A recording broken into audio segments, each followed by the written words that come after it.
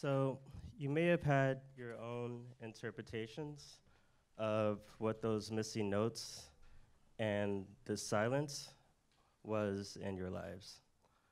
But it represents the more than 2.3 million people incarcerated in the United States. My name is Ekene Ijeoma, and I'm a 2017 Citizen Artist Fellow. As an interdisciplinary artist, I composed this work titled Deconstructed Anthems by systematically, algorithmically, repeating the Star-Spangled Banner 6 times, each time removing notes at the rate of mass incarceration.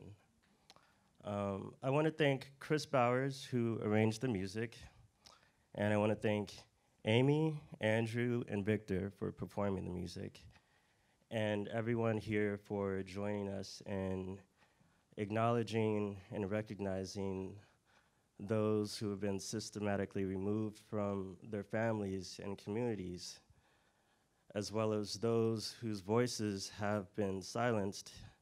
And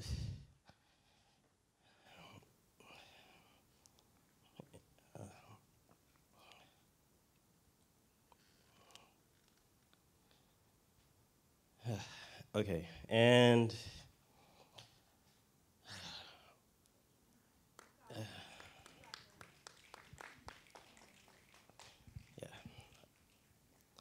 yeah, and those who have been, whose system has failed them.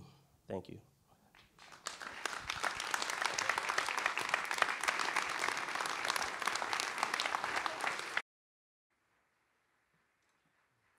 Please welcome Chairman of the Board of Trustees of the Kennedy Center, David Rubenstein. Thank you all very much for coming today. How many of you have never been to the Kennedy Center? Anybody? A couple people? Okay. I have the honor and privilege of serving as chairman of the Kennedy Center. It's an organization that was created shortly after President Kennedy's death. And President Kennedy was given the honor of having this performing arts center named after him, in part because of his love of the arts. As some of you may remember, if you were around when he was president, he brought artists into the White House at a level and at a pace that had never been seen before. For the previous 8 years when President Eisenhower was president, there weren't as many artists, let's say, going to the White House. Eisenhower's interests were different. President Kennedy, spurred in part by his wife's interest in the arts, really brought artists to the White House who had never been there and who performed there at a level that really captured the country's attention. Perhaps the most famous concert was Pablo Casals. Pablo Casals was somebody who had refused to perform in the United States, in part because the United States had supported the Spanish government of Franco, but ultimately because of Kennedy's commitment to human rights and other kinds of things that Casals cared about. Casals came and performed for the first time in many, many years at anywhere, but certainly at the White House. And it was a classic concert that was well remembered. And people also may remember that at the beginning of President Kennedy's term, at the inauguration, he asked Robert Frost to speak. And he gave a stirring rendition of one of his poems. And many people thought how unusual for a president of the United States to want a poet to speak at his inauguration or to bring someone like Pablo Casals in. And of course, Kennedy brought all the living Nobel Prize winners into the White House for a dinner, which is when he famously said, this is the greatest assemblage of human talent that's been here since Thomas Jefferson dined alone. I would say, to be honest, President Kennedy was not somebody who was as in love with Beethoven or Mozart as he was with show tunes or with Irish ballads. There's nothing wrong with that. When Mrs. Kennedy was asked once, well, what is his favorite song, actually? And she said, well, to be honest, it's Hail to the Chief.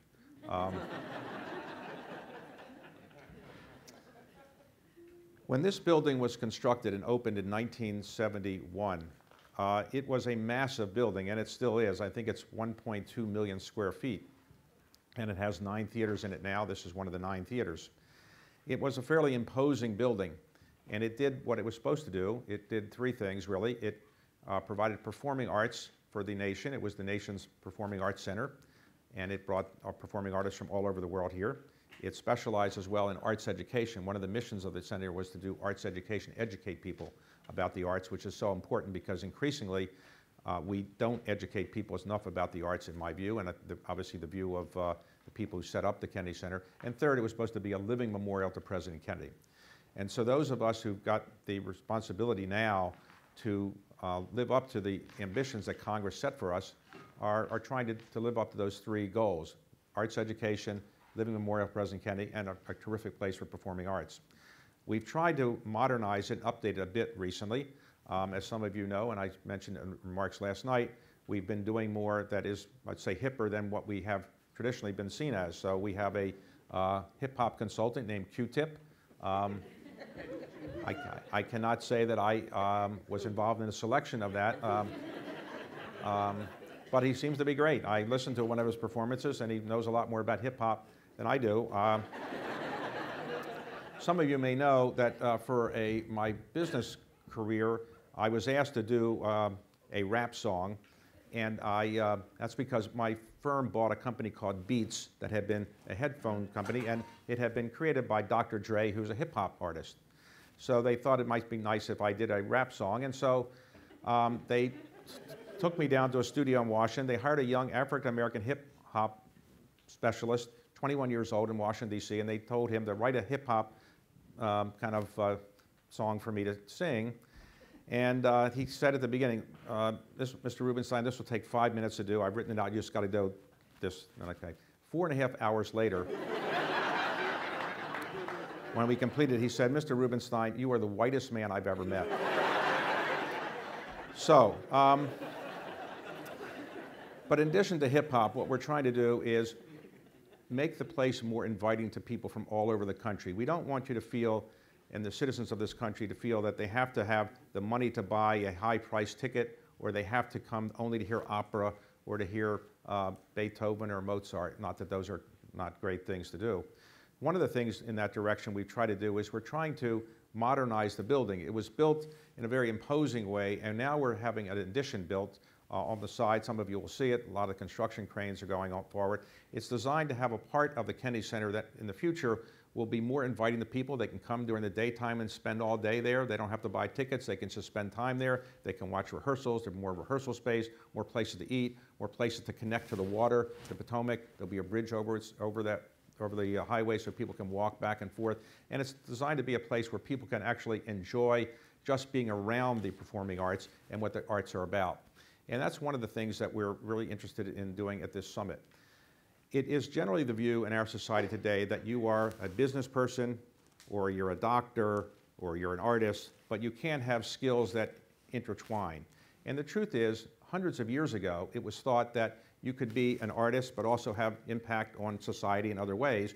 You could be a doctor, and you could also have impact on society in other ways. But because we become so compartmentalized in our society, we tend to think of you only as an artist, and if you have artistic skills, you can't help society in other ways. The truth is, artists have made some of the most significant contributions to our society outside of the arts, and what we want to do in this summit is talk about ways that those of you who have artistic skills and artistic capabilities and artistic knowledge can help create solutions for some of the other very serious problems our country has.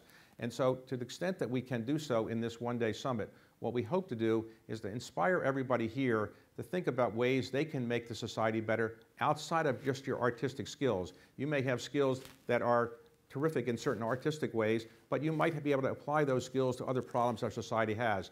And to the extent that we can get policymakers in Washington to recognize that some of the greatest talent in our country is not necessarily in Congress, but it may be in the artistic sector of our society. And that's one of the things we want to accomplish today.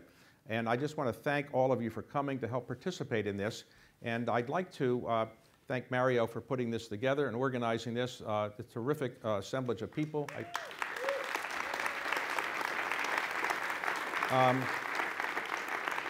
I will not do any rap singing during this summit, but if any of you want to watch it, it's on the internet somewhere. You can see it. It'll be the least impressive rap song you've ever seen. One of the people who has been most responsible for helping to put this together, in addition to Mario, has been Deborah Rutter. Deborah is somebody who joined the Kennedy Center as the president of the Kennedy Center about 3 years ago, and we are very fortunate she signed up for another 5 years. She was previously the, you can applaud, yes. She was for 10 years the head of the Chicago Symphony, and prior to that, 10 years the head of the Seattle Symphony. She has a background in the arts. She was a musician as a younger person, and now she's regaining that skill as she's taking piano lessons, but she's not going to perform today. Is that right? No. But Deborah Rutter has done a terrific job in re-energizing the Kennedy Center in many ways and making certain that events like the Art Summit is one that everybody who participates in will feel is well worth their time. As I said the other day to some of you, the most valuable commodity all of us have is really not money, not that resource that we often need to make these kinds of places work. It's your time, because time is something you can never regain. And when you give us your time, you're giving us your most precious resource.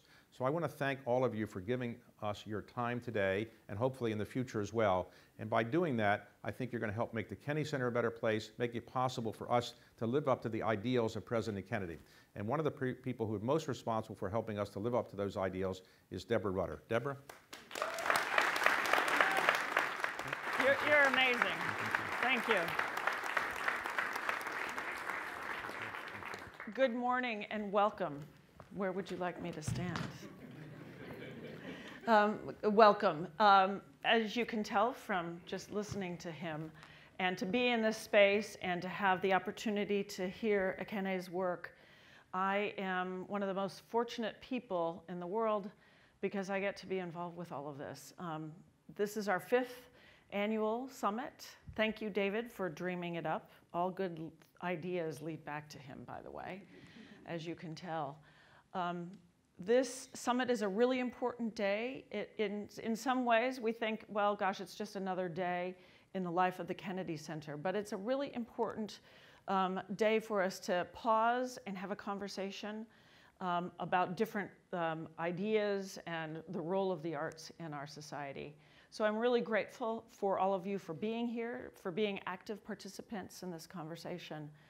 Our citizen artists, who this is our 3rd year, we will introduce a 3rd round of citizen artists, have had an enormous impact. And if you reflect on that work that we just had, the conversation that Ekene has brought to our institution, that he has had with his colleagues this past year, and that he will continue to have into the future, has had a huge impact on how we think about the role of the arts in our world.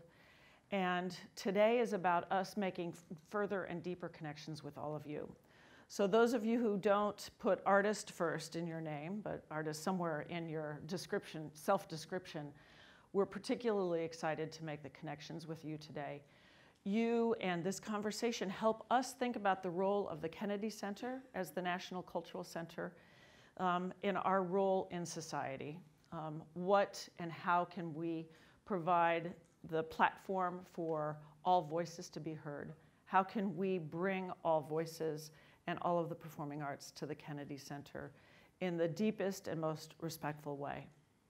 To that end, one of the individuals who we've been in conversation for the last year and who will be announced today as a 2018 citizen artist has helped us think about the role of understanding the native lands on which we reside and where we find ourselves today. And I would just like to think about this as a concept for all of us, to understand the land on which we stand today, where we are today, but also where you are when you go back home, and to understand the Native Americans who were on that land in the first place. And I think it's a conversation that we're just beginning to have here. But Rulan, thank you for helping us. I'm still learning about what this really can mean. But there's something to understand, and our friends and colleagues to the north in Canada are doing a really beautiful job with this. Something for us as Americans to think about. So if I can just take a moment and ask us to reflect on the fact that we stand on the land here of the Piscataway and the Powhatan. And it was their land that we are now, it is their land, it was their land, and it is our land collectively now. And for us to recognize that and respect it, to understand the beauty and the power of the Native people who lived here before we are here.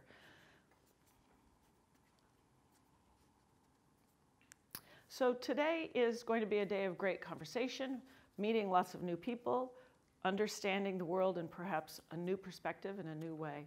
I want to say thank you to Damien Woetzel, who has been my partner and my friend for a long time, but this is our fourth together, Damien Woetzel.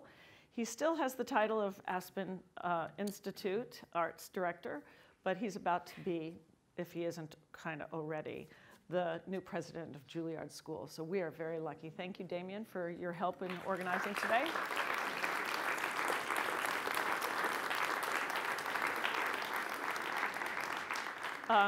My other great friend, Eric Liu, who, when I first met him, I thought, how could anybody be that smart?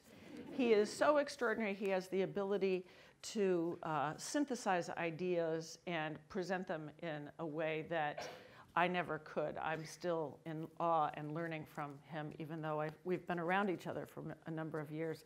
And his organization that he created, Citizen University, is one of the most interesting organizations trying to help us understand who we are as individuals and what we can do to positively impact the world around us.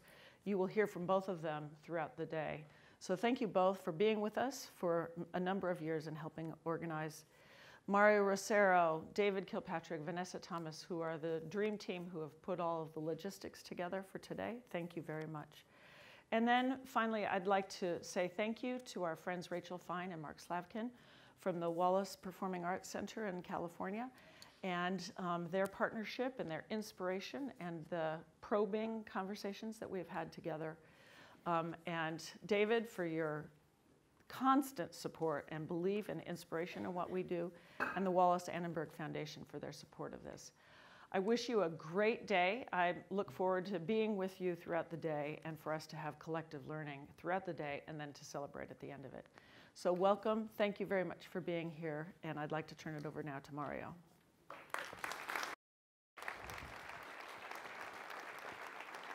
Thank you, Deborah. Good morning, everyone. Welcome.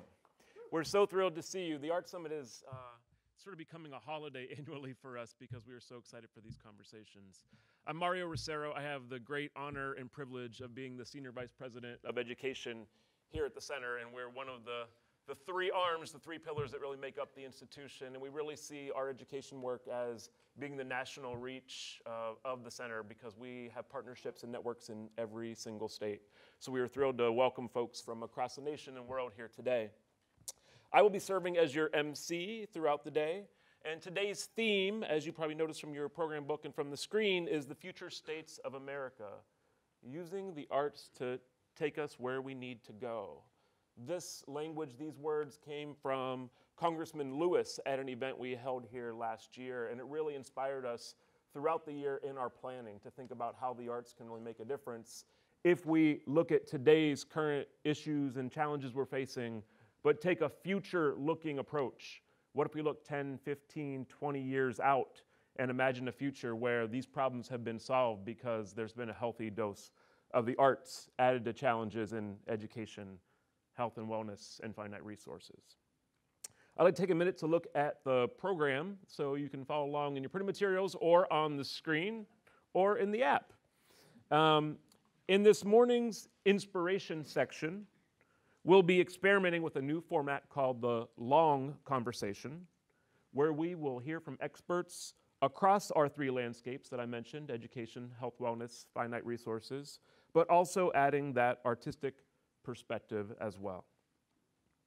Please note in the program, Dr. John Foley wasn't able to make it today, so we send him well wishes to be on a good road to recovery, but we are thrilled that Susan Pell, Science and Public Programs Manager from the U.S. Botanic Garden, will be joining us. So we appreciate you, Susan, for jumping in.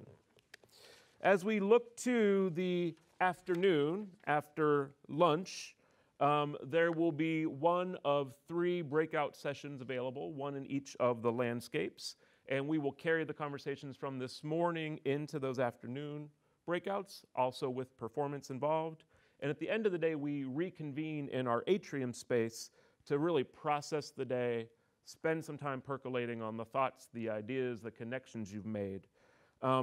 I do want to note that there are some signature opportunities to actually engage in some art making.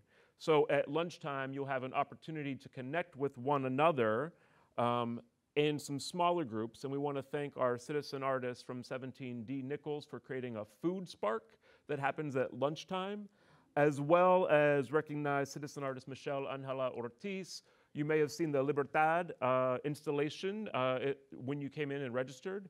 That's an inspiration piece that we just installed, especially for this event, but there's also another hands-on interactive art-making piece that is inspired from that. Both of those are available at lunch, and then Michelle's piece will also be available for hands-on interaction during the reception after today. So these curated performances that are really part of today really uplift and honor the artist.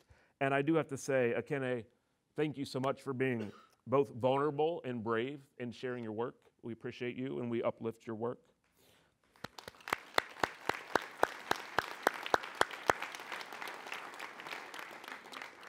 And we absolutely encourage everyone to be active on social. The hashtags are on the back of your program book if you need a reminder, but hashtag Kennedy Center, hashtag Citizen Artist, and hashtag Arts Summit. So at this time, it is my great pleasure and honor to bring up a good friend to the Kennedy Center and a thought partner and planner for these summits over the past few years. Please welcome from Citizen University, Mr. Eric Liu. Thank you, my friend. Thank you, Mario, and thank you all so much for being here. I just want to speak briefly to the arc of the day. You'll be hearing at the end of the afternoon more from Deborah and from me as we try to make sense of what we will be learning and building together. And I just wanted to plant a seed as we go forth into these conversations and the interactive sessions throughout the day. There are two seeds. One is this phrase that we've been hearing already a fair amount this morning, and that is citizen artist. And I think it's worth our taking a moment right now just to be intentional about what we mean by that phrase. As David said in his remarks here, the way in which we become compartmentalized in our identities is a menace not only to the work of the Kennedy Center, but to the health of our republic right now. And I think this is a time where we have to be thinking about that concept of citizen artist in both directions. Certainly as you all come to meet both the current and the outgoing crop of citizen artist fellows, understanding artists as citizens, artists who are aware of their place and responsibility, the land in which they stand, the silences and the noises and the voices which they are called to represent. But I think it's just as important for all of us in the room here to be thinking about the other direction as well, and that is the citizen as artist. And to be thinking about the ways in which we, in our lives as citizens, just as participants in democratic life, are trying to bring to bear the same courage, the same imagination, the same sense of empathy and compassion that Ekene, that all the other Citizen Artist Fellows embody today, and that arts in general are meant to cultivate. And so for you, in your lives as participants in civic life, to be thinking about how can you bring to bear the fullest breadth of your creativity and imagination.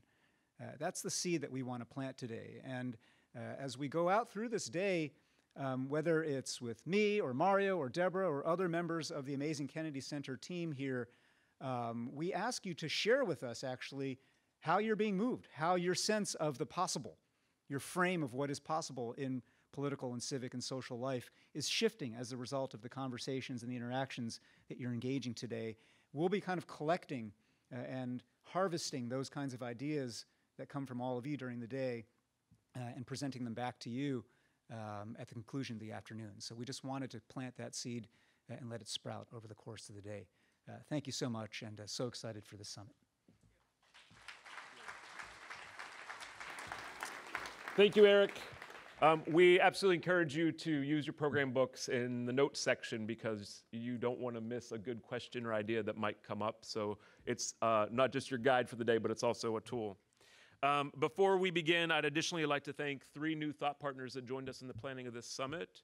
Mr. Trung Lee out of Chicago and 180 Design has really helped us think about the construction interaction at the very end of the day.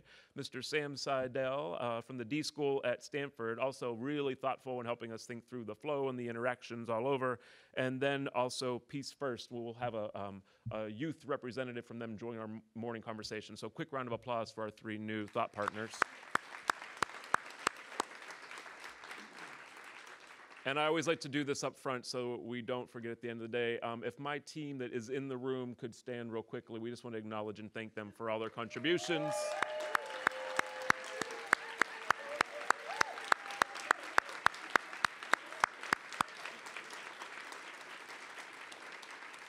You have my deep gratitude, and the hundreds of folks that are not in the room today but also helped to make this happen. We really appreciate everyone's contributions. So I'd now like to introduce artists J.Period, Maimouna Youssef, and Mayda del Valle for a performance. Thank you.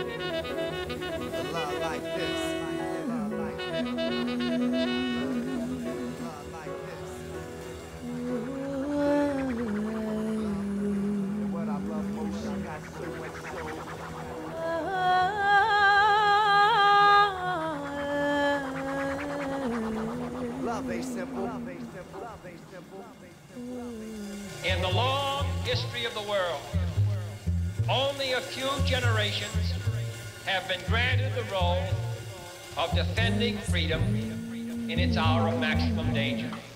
I do not shrink from this responsibility. I welcome it. Children of the New World, descendants of the conqueror and conquered, offspring of Africa and Turtle Island, children of the crossing, of global waters of wind and red clay dirt, progeny of the peculiar institution of trade routes and commerce, we the collateral damage of empire.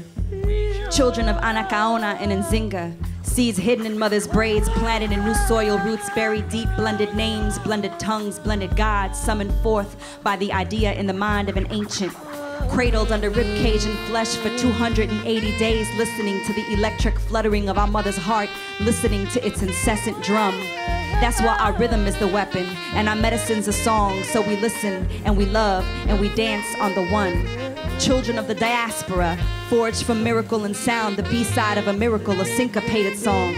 Heirs of criminalized culture are we, heirs of the outlaw drum are we, conceal freedom in the djembe and juba, bambula, boogaloo, bachata, soca, and salsa is us, breakbeat, disco, house, and hip-hop is us, rumba, palo, merengue, maculele, but music to dance to, music to worship, music to call down, spirit is us, music for the spirit is us, music to live by, music we cry to, music we die to, music to love by, music to love by. Music to love by, that's why our rhythm is the weapon, and our medicine's a song, cause we listen, and we love, and we dance on the one, that's why our rhythm is the weapon, and our medicine's a song, cause we listen, and we love, and we dance on the one.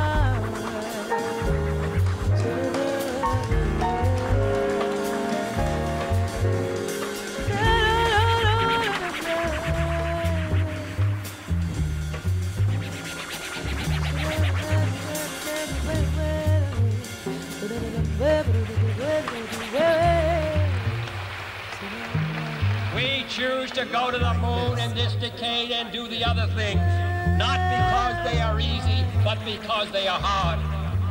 Because that challenge is one that we're willing to accept, one we are unwilling to postpone, and one we intend to win.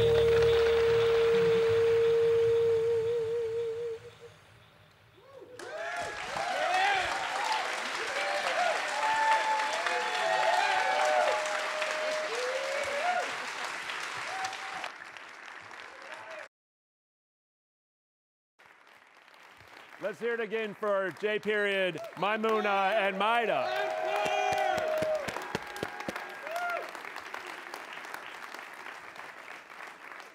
And a surprise performance by President Kennedy in there too, which was pretty amazing to include his words and voice. Thank you, Carrie.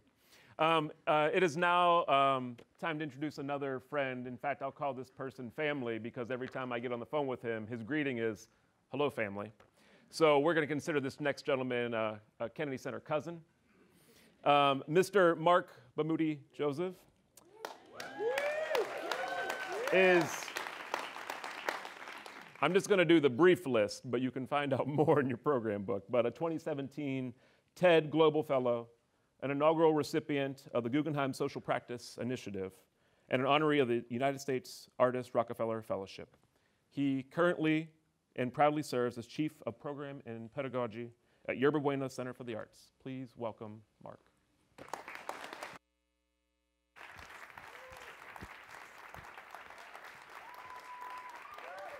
Oh, thanks. That's cool. I want to be a Kennedy Center cousin. That's hot.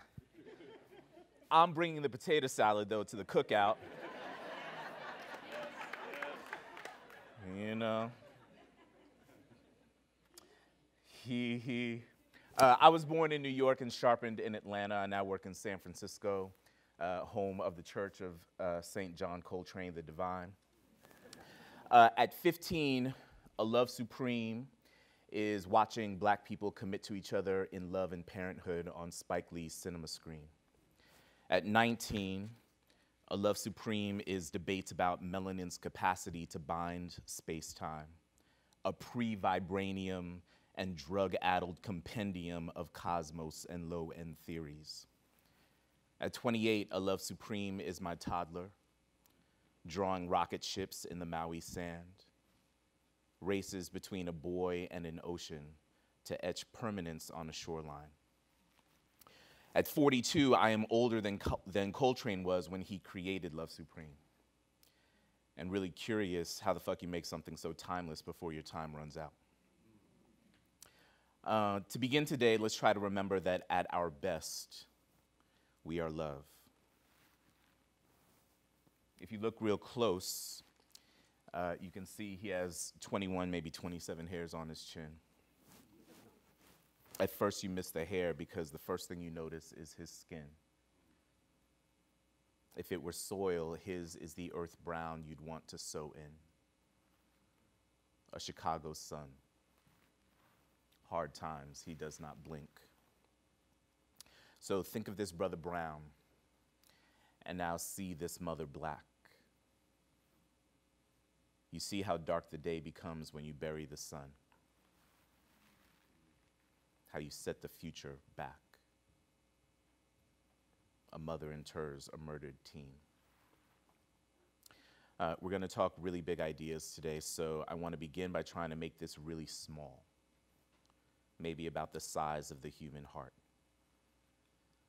As we engage one another today, let's not ever, ever forget the personal stakes of the moment. Here are mine. My 16-year-old son recently earned his learner's permit at the DMV. The occasion came with a dad-imposed set of qualifiers. We had to agree about the difference between license, which the state gives him, permission, which I am reluctant to give him, and right, which may be granted by the cosmos, but is still toothless unless I hand over the keys to my car. At my house, these are the days of black kid rights, a more fully exposed position in the system's predatory sights. As I sit in the passenger seat while he gets on the freeway, my life is in his hands. That said, driving with my son is just as much about physical mechanics as social ones. In talking him through the cues the road presents, I point out the police car 2 lanes over. His hands are on the wheel at 2 and 10, like a boy in Missouri with his hands halfway up to surrender. Our communication is explicitly laced with the vocabulary of the new Jim Crow and is intuitively silent, like the posture of someone who's been wronged for generations. We're not just driving the freeway, we're moving into a new semi-permanent status in his life, the profile of potential suspect. For all our country's brave talk about democracy and freedom, this public act of driving while black is the highest stakes lesson he might ever receive in American civics. We are here today to begin naming what's on the other side of the politically impossible, to articulate a pathway through art that doesn't magically land us in a utopia of equity and inclusion, but brings us a step closer. If freedom for all is the goal, and we can't get there by 5 o'clock today, what's the plane in proximity to that? We're here not to arrive at the impossible utopia, but to strategically, lovingly, and creatively begin to describe an adjacent possible. What is within our reach and also necessary to achieve before we get there? For instance, we couldn't go from methane to the wheel right after the Big Bang. We couldn't go from first utterance to Octavia Butler, or from the Garden of Eden to Beyonce, although. Yeah, I'm still recovering. I don't know about y'all, but the hair, the whole thing. She is as both evolved and as primordial as it gets. In between these giant leaps are smaller evolutionary steps. And part of the challenge here today is to apply art and design thinking to social evolution, to literally ask ourselves, as I do at my home institution, Yerba Buena in San Francisco, is it possible to pedagogically choreograph social justice? We are focused here today on 3 elements of a collective freedom design: education, equitable access to financial and built resources and capital, and more efficient and holistic health systems for all Americans. To these, artists that I am, I suggest an elemental tie that binds them all. I want to show you an excerpt from an opera called We Shall Not Be Moved. I wrote the libretto. It was composed by Daniel Bernard Romaine, and it was directed and choreographed by Bill T. Jones. Oh, gee, say, love yourself, baby. Oh, gee, say, self-love leads to sex love. Oh, gee, say, time did not reconcile me to my chains. It made me familiar with them. Say black and hear yes. Say black and hear enough. Say love is the only word sweeter than black. Love is the only word sweeter than black. Love is the only word sweeter than black. Love is the only word sweeter than black. Love is the only word sweeter than black.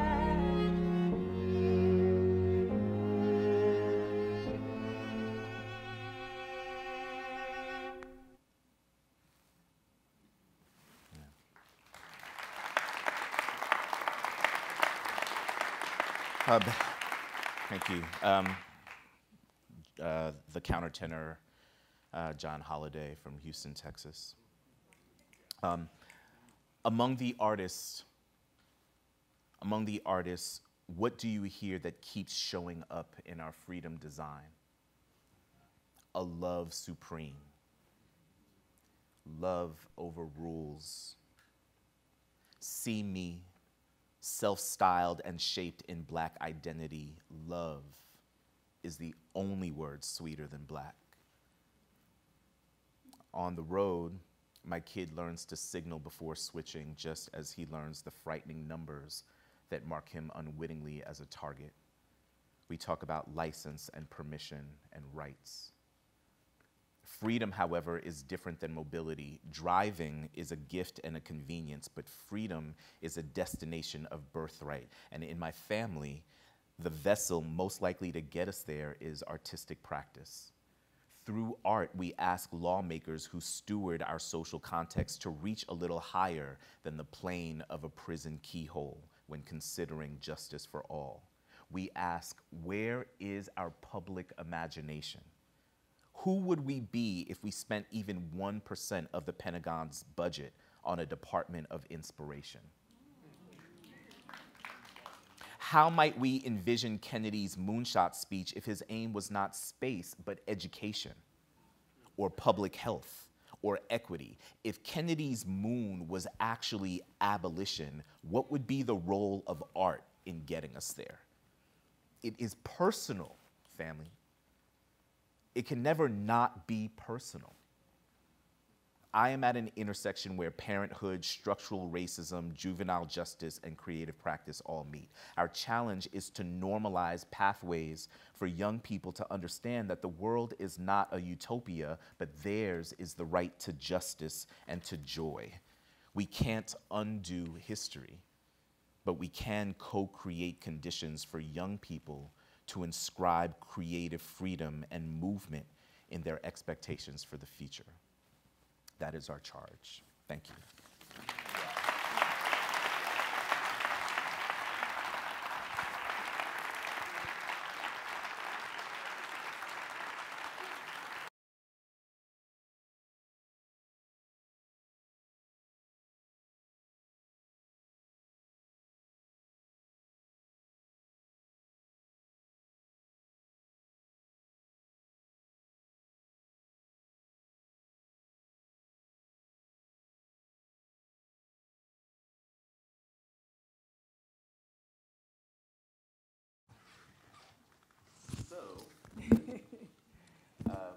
We have the great kind of honor and privilege of initiating this long conversation.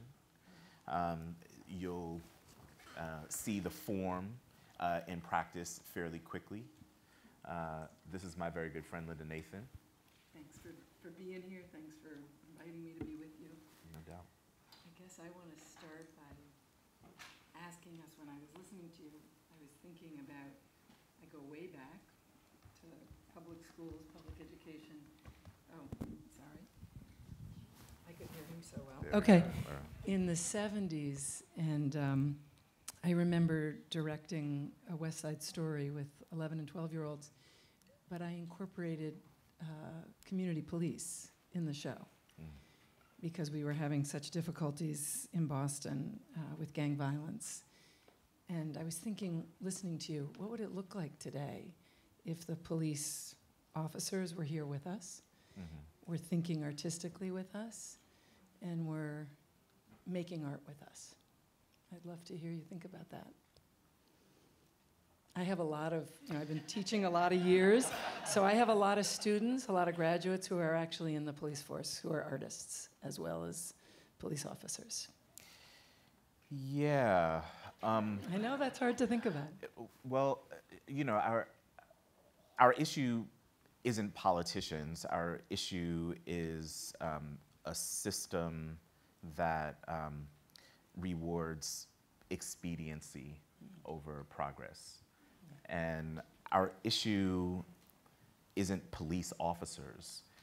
It is the legacy of a country designed to plunder Black people in particular, and marginalized people in general. Yeah. I'm so proud that we acknowledged the initial stewards of this particular land, and when we do that, we also have to acknowledge the theft and plunder, both of the land and of the people. I'm just thinking of small changes. I'm trying to think of what would it look like here today. I'm thinking about the recommendation I just wrote for an amazing saxophonist who wants to be a police officer. Yeah. And I want to embody that here. Well, I think that so we start big. Yeah. Because when you bring up police officers, I know, that's it a lot. changes. Yeah, it's a lot. But then, I think one of the small changes, and maybe it feels big, but maybe to me it's small. One of the small changes is just the acknowledgement of our history. Yeah. and our histories, and having that be a significant part of our discourse. Not in a way that necessarily minimizes our current contributions, but in a way that's just encourages honest conversation.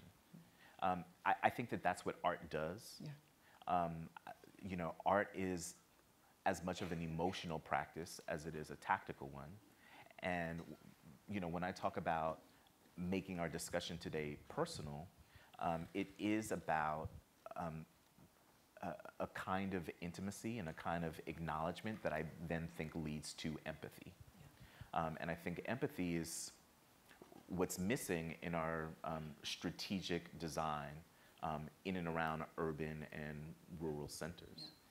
So, you know, for all these years I've worked in public education, I can say with certainty that if you are a student in an urban high school, I can guarantee you won't get art. You'll get double English, double math, and if you're an ELL kid, an English language learner kid, you definitely won't get art. And I can also say with certainty, having been someone who's promoted and worked with kids in the arts forever, that if we do give kids artistic experience on a daily basis, their view of the future, their view of themselves will be enormously expanded.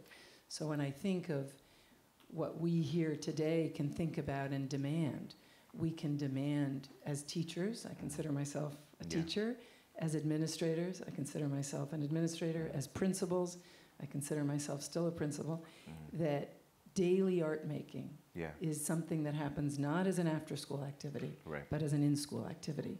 And I want that to be, if we're thinking about big steps, little steps, I want to know that in every school in this country, kids are daily art making. How do you think that this kind of arts inscribed pedagogy or this art making, how do we connect that to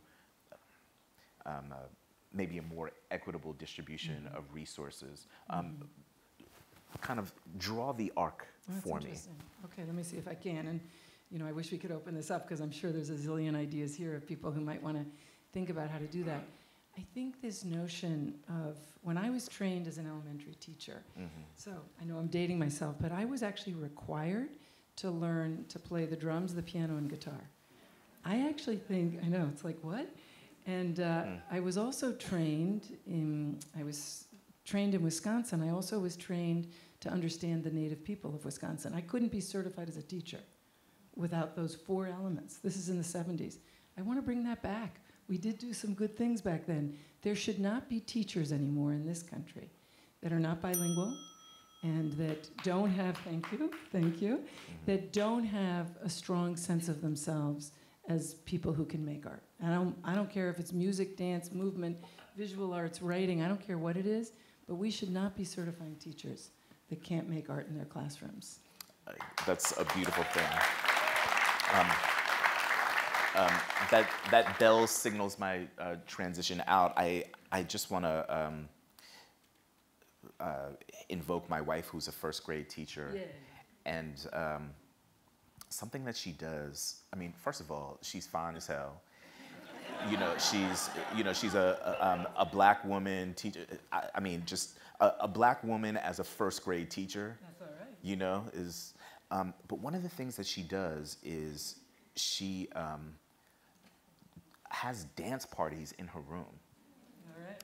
So, you know, her first graders are growing up with Earth, Wind, and Fire. They're growing up with, you know, Michael Jackson. You know, I came in the room the other day, and she put on "It Takes Two" by Rob Bass and DJ Easy Rock. I mean, I caught a cramp because I was in there too.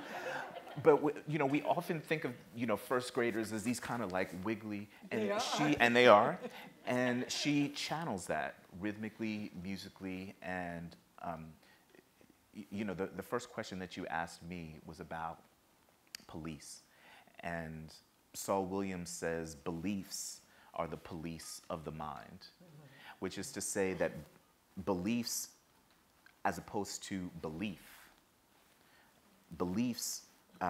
narrow our thinking. And one of the things that I love about my wife's classroom practice is that she's not policing the body. she's liberating it. And that's maybe something. And we'll get her on YouTube, and I'm sure she's got nothing to do with all this no grit slant stuff that's going on right now. So this sit up, look, ask questions, nod, track. I want to get her on YouTube and celebrate her first grade work. I want to celebrate her too. There's my time. First grade teachers. Peace, first grade teachers. All right.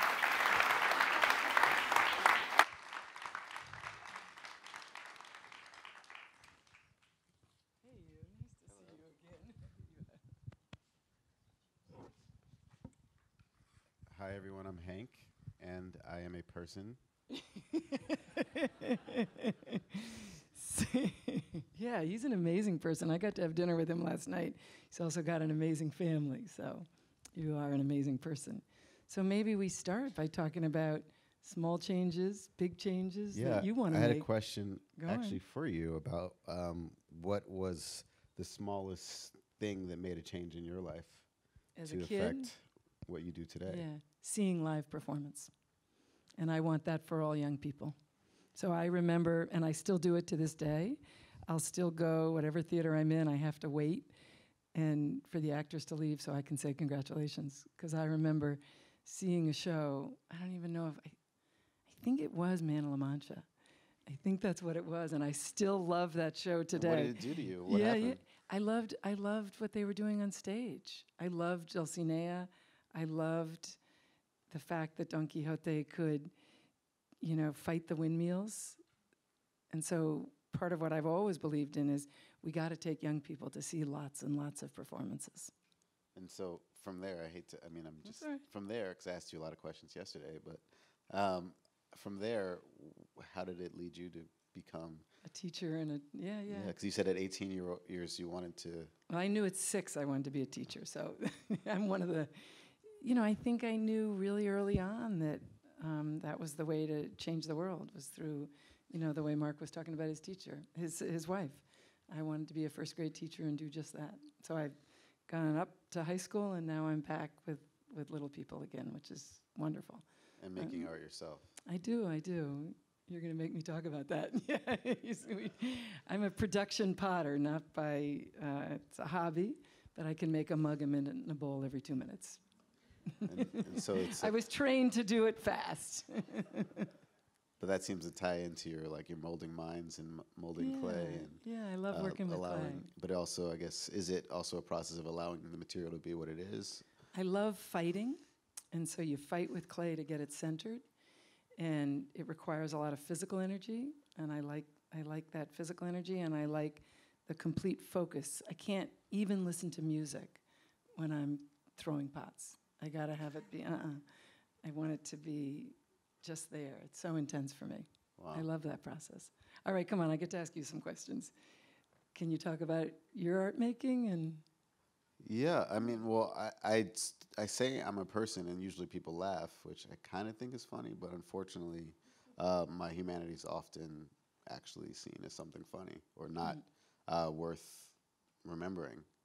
So I don't think it's critical to define myself as anything other than a person, and what I do as an artist is really just my life. I think one of the challenges with the way, although I love the theater, I love the gallery, museum, and exhibition space, I think one of the challenges with art, especially in Western society, as we've been trained and it's become kind of ubiquitous, is that it's something that's over there that we're supposed to pay attention to, not that we're supposed to live and participate in throughout our lives in continuity. And I think I am by nature a watcher, but also I am also a fidgeter, and so and also I guess the school system today would have called me ADD, and possibly dyslexic. I love teaching students like you.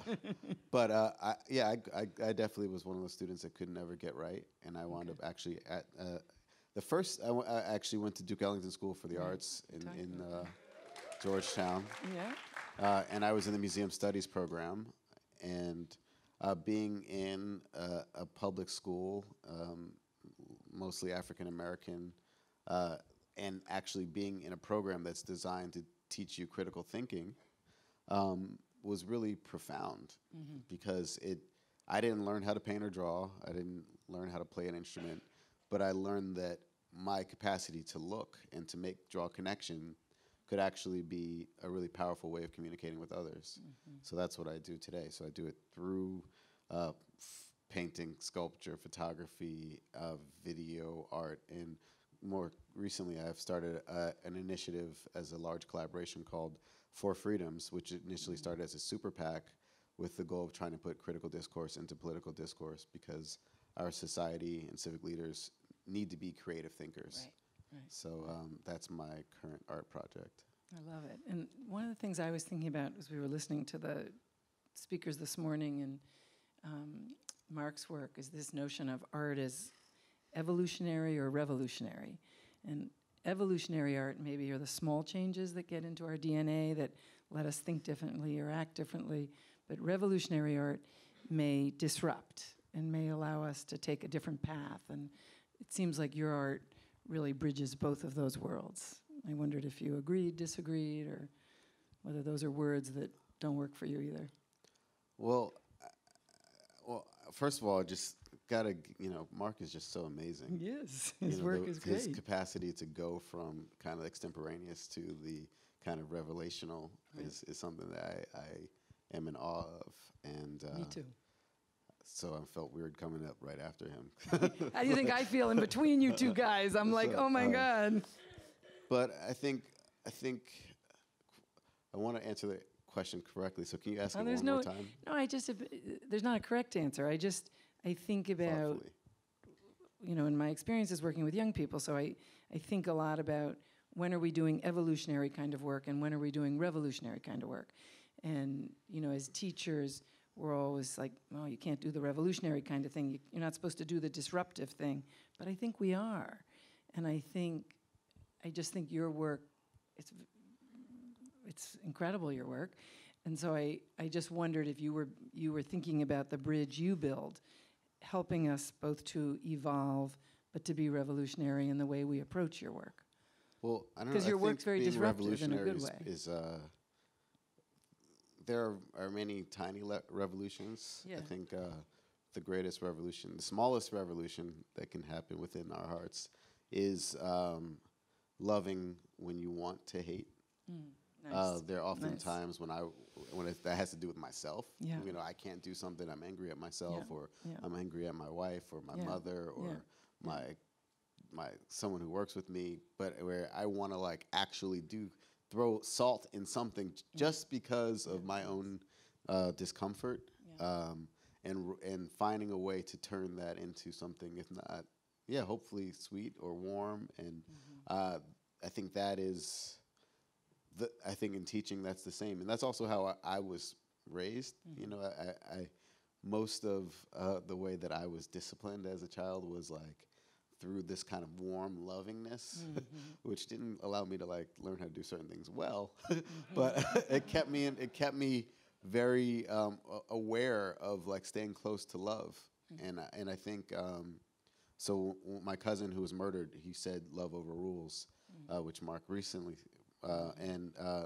those are the last words I heard him say. Were recorded, and this idea of love over rules, there was a quote I cannot remember right now, but there is something about love being a central educational tool, that even if you don't know how to do this or do that, finding a love within yourself will allow you to find access to new spaces and opportunities. And having passed on your love of teaching to your children, I'm curious about kind of how that feels. Yeah. Well, I'm really, really proud. I got, 2 out of my 3 children are educators. And one is, I was telling Marc this morning, one's teaching public school in Oakland. And that makes me really, really proud that he's carrying on the tradition of being a public school teacher. He's in an arts pathway and helping kids be musicians and visual artists. And I don't know what my daughter's going to end up doing, but it'll be something with education. So to me, teaching is probably the best profession we can have, and I want us all to think of ourselves as teachers and artists. And you certainly are that, and boy, it's been an honor to share the conversation with you, but I heard the bell, So I think I'm exiting, and thank you for thanks all so the work much. you've done. Thanks so and much continue for to what you do.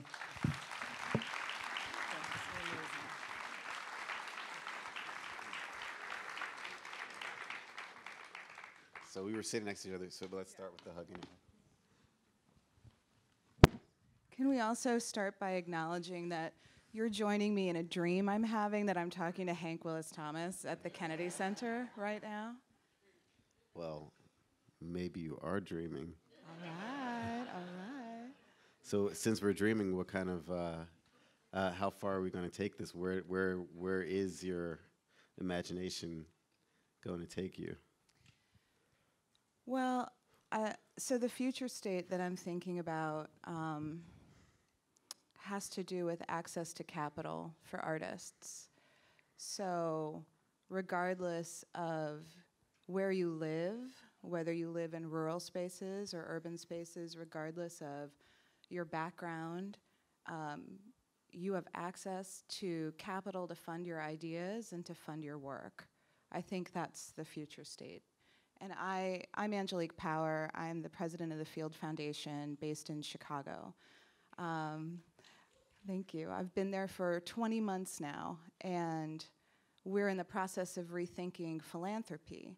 So that finite resources part, that's been a part of the dream, the reflection. How do we actually function differently in this moment?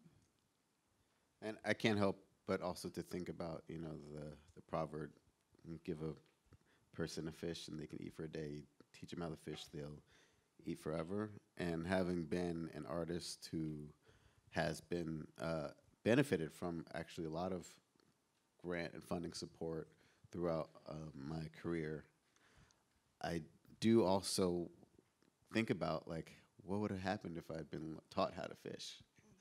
Because that's something that I think artists are often seen to, like, run away from, and often in a certain way sometimes infantilize. Like, don't think about how the money will just support you, and otherwise just eat rice. So there's like and that's also how we approach it. Is like, someone gives me money to make art, I will make the art, and everything else in my life will suffer.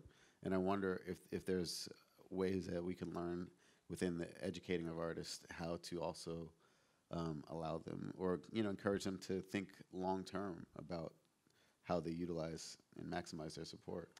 I actually think that artists hustle and try to get access to capital so much better than most. I think the issue is with the systems in place to provide the capital. And so, for example, in philanthropy, when I started, one of the things that we did was we asked the nonprofit community to review us. Normally, philanthropy holds nonprofits accountable. So when I started, we sent out a survey to artists, to nonprofits, to folks who were funded, folks that weren't funded, and said, what have we been doing right, and what could we do better? And we learned a lot. We also asked them to kick the tires on philanthropy with us.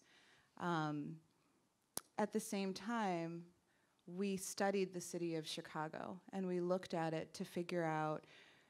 I started in July of 2016, and the Laquan McDonald video. Perfect timing. Yeah, right. The Laquan McDonald video had been out for about 7 months, which, if you don't know, that was a 16-year-old African-American young man who was shot 16 times. 15 of those shots were when he was lying down. We were halfway through what would later be the second bloodiest chapter in Chicago's history, and our state budget had been frozen for a year. It would continue on to be frozen for almost another year, so nonprofits were emaciated. At the same time, I was coming from the Joyce Foundation, where I was having a lot of fun and working with a lot of artists, but I was also becoming a skeptic of philanthropy and really wondering how missionary philanthropy seems to be, as opposed to actually serving nonprofits. So one of the first things we did was take our board and staff at the Field Foundation through racial justice training. And your analogy of, you know, give a person a fish, We talk about that a lot in terms of the parable of the babies in the river, which I don't know if anybody knows that parable. Oh, tell us. So a person is walking along a river, and all of a sudden a baby comes floating down. And alarmed, the person jumps in to save the baby, just as another baby comes floating, and then another and another. And eventually the person has to set up spaces to house and clothe and educate and nourish the babies, and all the while, babies are just streaming down the river. There's never a time to look up and say, where the hell are the babies coming from? What's going on? And so it was important for our board and staff to hear this parable, because it's the difference between charity and social change. And while there's a lot of important work happening on the banks of the river, if we really want to be in service to the issues that are happening, we have to understand root causes, systemic interventions, and we need to move upstream. Yeah, I mean, and there's so much in there to think about. And being one of those babies, or having been one of those babies, and maybe now, hopefully trying to find the agency to hold on to the shore and maybe grab the hands of others. I think both on the shore and in the water, because we know the river's rising. And I think I feel that our society loses a lot by everyone not considering themselves to be a creator and to be an artist, because when you call something art, it allows you to think creatively about the stuff you already know. It allows you to break those rules, and I think that's critical. I think it's important to recognize that without art, there's no culture, and without culture, there's no humanity, and without humanity, there's no society. And I think it's the fact that we feel the need to support artists in the arts is actually part of the problem, because we don't necessarily see that as something that we are living in, living with. But also, I do think as a person, as I said, I don't want to have to go to a foundation that was probably based off of, it's an apologist for industrial exploitation of certain people in order for me to be able to do something I think is good. I mean, we're all a part of the problem, but I also feel like it'd be wonderful to know a little bit more of how to do some stuff and not to be in that situation of I spent, for 4 years working on a project that I got a grant of $50,000 for. Right. So then I wound up probably spending $250,000, and what if I could have used my same time to figure out how to make that money to continue to support itself. Mm-hmm. And so I'm somewhat ambivalent and desperate for foundation money. I brought cash today, because for Freedoms, we're trying to do this 50-state initiative where we want to do exhibitions, town halls, and billboards in all 50 states ahead of the midterm elections in an anti-partisan way. But the idea is that arts organizations, educational institutions are already doing important and critical civic work. And I think part of what Eric spoke about is that this need for all hands on deck, and that when you call something political, people realize that there's something at stake. And when you call something art, it encourages them to open their minds. And so I hope that more institutions that support are doing things like what you're doing and asking critical questions, but I also hope that you find ways to support those you support to think beyond, So I think the bell is a 2-minute warning, so I'm going to let us go for a second more, because what you're saying is really important and what I think about a lot. You and I were talking outside about heat maps, the study that we did that we have on our website, where we studied where race and need align in the city of Chicago. One of the things for the art heat map was that 13% of arts organizations were located on the south and west side of Chicago. And often we talk about those spaces as cultural deserts, right? But when we pulled where copyrights for music licenses were sold, the majority of them were sold on the south and west side of Chicago. So these aren't cultural deserts. It just doesn't look like 501c3 organizations that foundations normally support. So there are artists, there are collectives, there are businesses that are doing this work that need capital. They don't need a 20-page grant application. They don't need unrealistic expectations of how they spent that money and how they prove that they've spent it right. So those are things that we're asking ourselves. We're talking to the IRS. How can we fund differently? How can we fund individuals? And beyond the Field Foundation, I really think that that's the opportunity, that individual donors, collectors, that each of us, that we fund artists to lead us into new spaces. And also, I've been spending more time with certain musical artists, and a lot of the kind of more successful, like hip-hop artists, are recognizing that, you know, although they may have sold a lot of records, they didn't necessarily own, because they sold the copyrights to their music, and so they're recognizing how much of their own cultural capital they gave away at a really kind of discounted price. I think when they get to 3, it's like, you done. Who is? Thank you.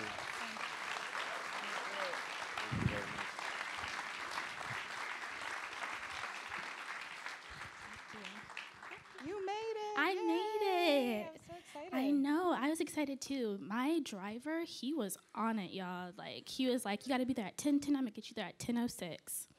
I was like, thank you so much. So tell us about you to start. Hello, my name is Jasmine Babers. I am 22. I am straight off the plane from Chicago, where I go to school, and I am the editor and founder of Love Girls magazine.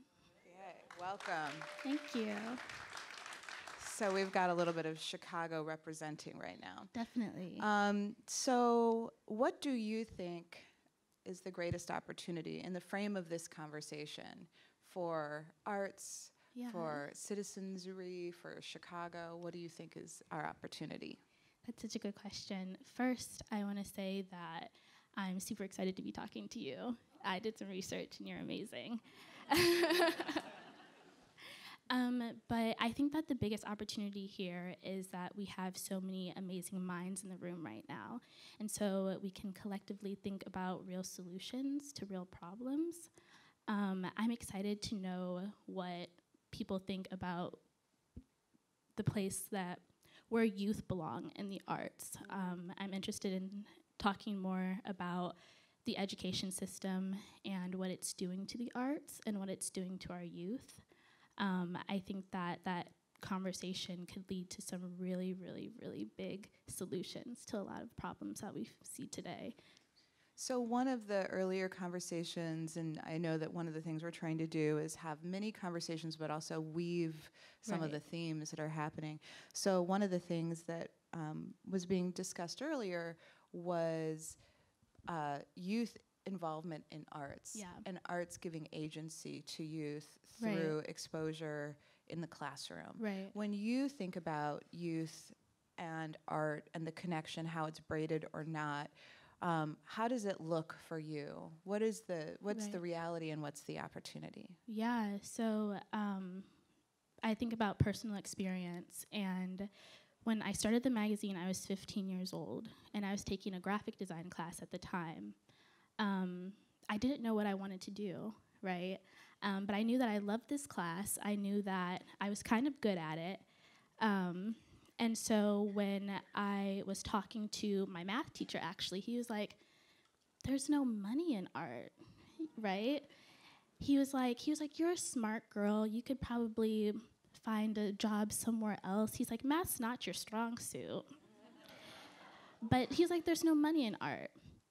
And so when I started the magazine, I wanted to make sure that girls knew that you can do absolutely anything that you want to do, and if you're good at it, you can always make money from it. And so, thanks. And so we started a program implementing graphic design, teaching girls graphic design, as well as other things like finances and event planning and things like that, because it's so important to emphasize that the arts is just as important as your maths and your sciences. And even now, when you think about going into the future and what jobs would look like in a couple of years, there's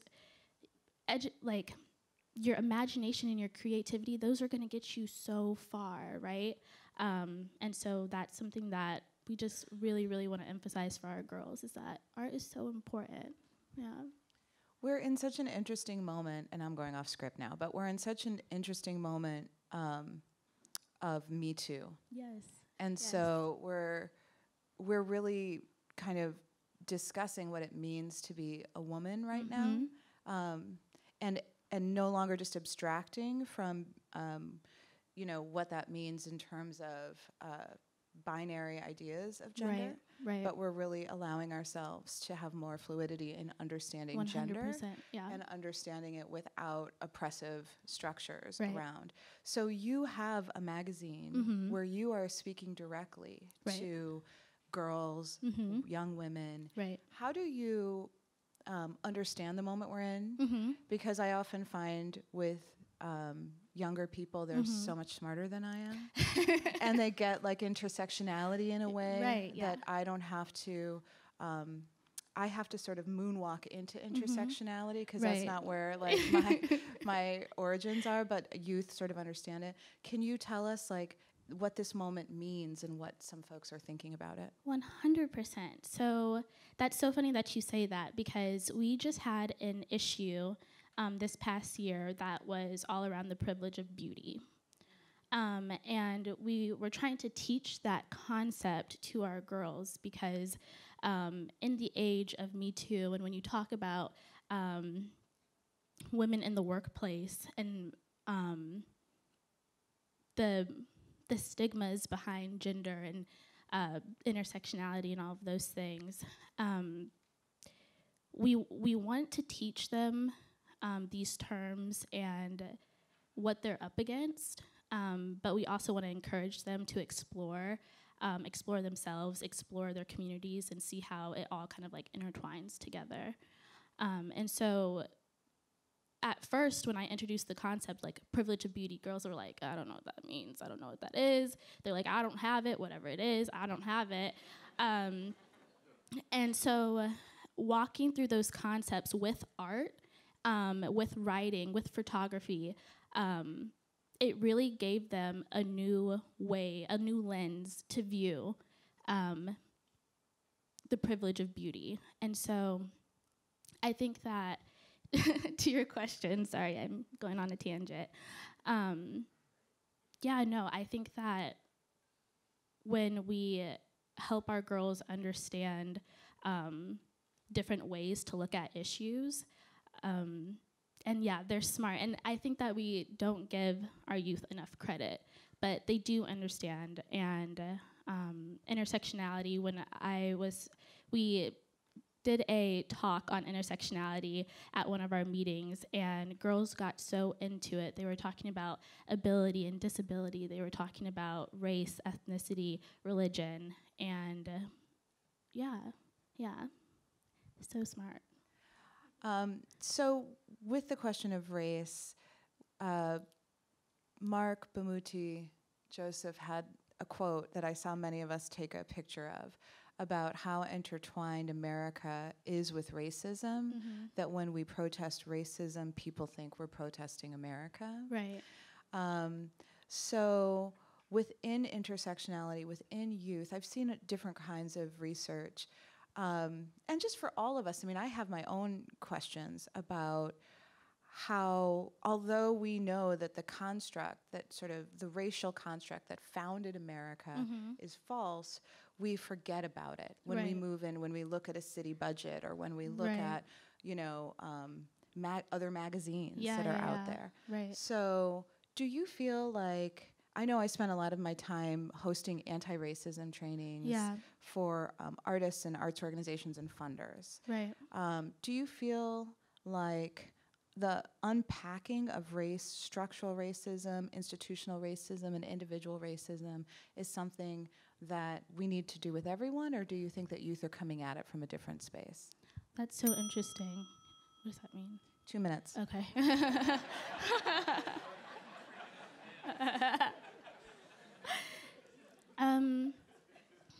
I think it's always important to put some sort of emphasis on race, because even my generation, although we didn't experience racism like my mom's generation or my grandmother's generation, I also do believe in generational struggles. And so the way, in this day and age with our youth, the way that we consume information and that we witness racism when it happens is so intense, right? When we look at police brutality, for example, and the way that we consume that information, where we can actually see people who look like me getting hurt, getting shot. Although racism is different, it's not gone, right? And so I think that that conversation is so important to have. And the way that you have it can be different, right? The way that you might have that conversation with a company, for example, might be different than the way... Like Starbucks, maybe? Yeah, like Starbucks, maybe. The way that you have that conversation with Starbucks might be different than the way that you have it with a third grader. But it needs to be talked about, and we need to normalize talking about race and racism. It's when you walk through life as a young chocolate girl, even when you don't feel like there's any sort of racism, because throughout my life, I know that I've been racially profiled, but I know that it hasn't been as bad as my grandma, so there's some sort of gratefulness that I feel. But at the same time, just because it got better doesn't mean that it can't improve more, and we can't get comfortable, with settling. Yeah. Yeah, or sometimes it's... Oh, what does that mean? That means it's done. Oh, that's it? Oh, wow.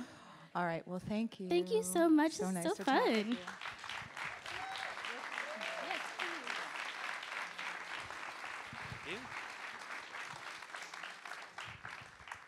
Hi there. Hello. I'm not going to speak so much this time. Okay. Well, congratulations for getting here. Oh, I thank you. And for being here at the age of 22. That's I'm pretty so awesome. excited. I'm a little nervous, Give it but up. y'all are so sweet. I knew you came in late, and I was sitting next to you, and I wish I would have Yeah. given you the helpful information that when you hear the bell is when you're supposed to jump up and do your They did tell me improvisational that, dance. but it just caught me off guard. And it's the same noise when like your biscuits are ready, So. Right.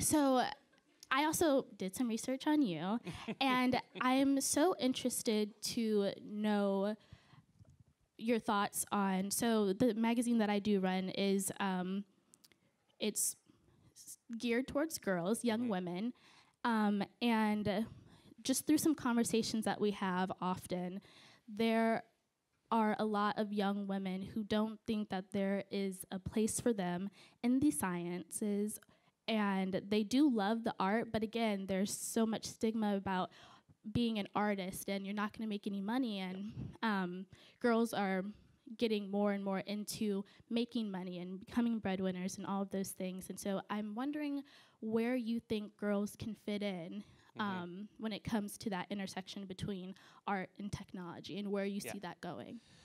That's a great question. I did some research on you too. Oh, so, and I was thinking about how you're helping to solve that in some ways. And for those who haven't done research on me, I'm Bill O'Brien, and I'm the Senior Advisor for Innovation and the Director of Creative Forces, NEA Military Healing Arts Partnership, or Network for the National Endowment for the Arts.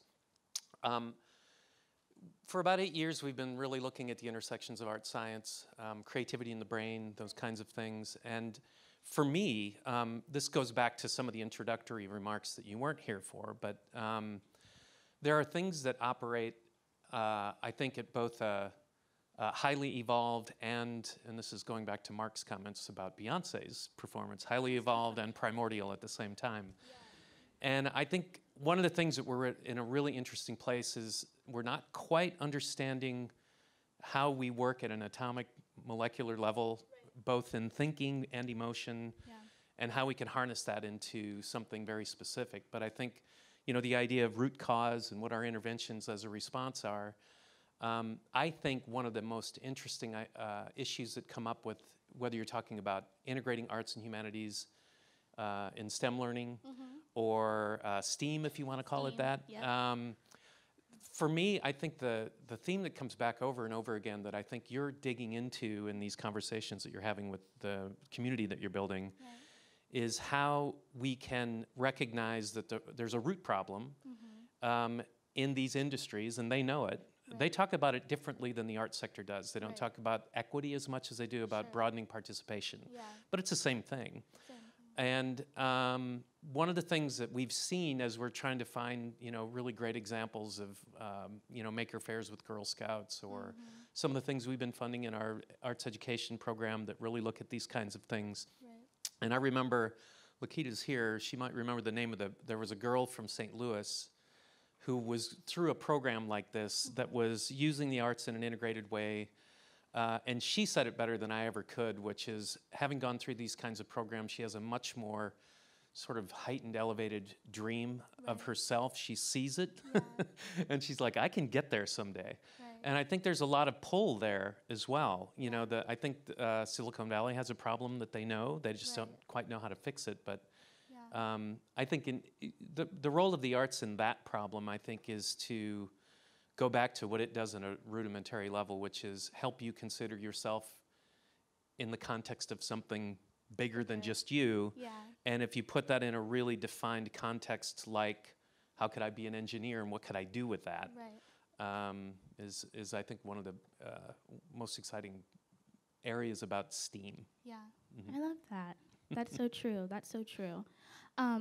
So I'm going to ask you a similar question to what I was asked. So in the grand scheme of all of this, what is your biggest hope? What is your ideal situation? So we had prompts, and one of them, what is your biggest dream? And I thought about that. And I'm going to plagiarize a quote from Eugene O'Neill, who's one of my favorite playwrights. I come from theater before the NEA.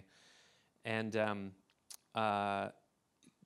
the idea that if we can, this is my twist on it, if we can understand the mysteries that drive our passions for politics, religion, race, my beloved Iowa Hawkeyes. If we really understand how that worked on, what's that? I said you're a Hawkeyes fan? I'm a Hawkeye fan, yep. Yikes. Northwestern's starting to give us some trouble now. But, they are, aren't they? Getting good. But if we can really get at that sort of both highly evolved and primordial level, because our emotions drive us in ways that we don't always recognize. Understand, we're responding to things emotionally. And I think ultimately it's about rethinking and re-feeling who our tribes are. And that's where we need to get to in our highly evolved way, and we need to drag our emotions along with it. I like that, our tribes. Do you want to speak more on that? Yeah, that really comes out of the work that I'm doing with the military, bringing creative arts therapy and arts interventions in the clinical level to confront PTS and TBI for military and veteran populations and their families, and then bringing it out into community. And in the research there, and this connects with so many things that people were saying earlier, at least to me, but the sense of connection and to understand yourself in a larger narrative that's bigger than you is something I think that is a very healthy thing at the core of service. That when people have gone through combat and they're coming back, they're trying to make sense of themselves back in this disconnected 21st century where they don't have that tight connection. And there's a real irony there that sense of service and giving yourself up to something bigger also is connected to the worst things that we do to each other in humanity, and they recognize that as well. So there's real kind of moral and spiritual dilemmas there. But the sense of tribe, I think, is something Sebastian Junger wrote about. He's a journalist, and he has a book called Tribes. He was embedded for quite a while. And he developed PTS before he understood what it was. And he has an anthropological background and talked to other anthropologists. And they connected him to this idea that when you're over there, you're in this tight-knit way that we are wired to be 40,000 years ago. Right. You're with these people, you are at peace, you understand, you're more at home there now than you are here. Right. Because you don't have that when you come back. Right. And it's almost like the veil has been lifted and they see something about us when they come back that we don't see. Yeah, that's so interesting. I'm so... That means we have 2 minutes. Okay. Biscuits are done. So I'm interested in hearing what you think about using that same kind of framework that you're using now in the incarceration system, where I am currently working on a project called Fostering Incarceration, and it takes a look at the foster care to incarceration pipeline. Yep. And I'm so interested in seeing how you think that art and the framework that you use it can kind of help aid those people who have been marginalized in those ways. Well, I think it goes back to really identifying a root cause and then recognizing what a specific response to that cause could be. Right. It's a terrific way to think about how you can, in the words of one of our appropriators, from a Republican staff who said, I love the way that you're using art as a weapon that you're aiming at something specific. Right. And have you thought about how you could aim that somewhere else? Yeah, yeah, yeah. And so that's where I've really been excited about how if we can really get a better system of recognizing what the benefits and impacts are, both at a medical level, but also at a community level. Right. And then recognize the unique needs of the target population. And I think this is a really good one for the arts because just the meaning making and sense making of art, depending on how you're prompting it, can help you reimagine yourself in context of the new sense of purpose and aspiration that you might have. It's been really, I've seen it, at least for me, resonate really well for people coming out of this, emotional and discombobulating transition from combat. And PTS, using this stuff to calm your neural network firing. And I mean, there's PTS going from incarcerated to, and how you succeed afterwards. So I think being able to take some of these lessons in one place and being able to understand how it could be applied there, it's a huge issue. It's a huge societal problem, and it deserves our attention. Thank you so much.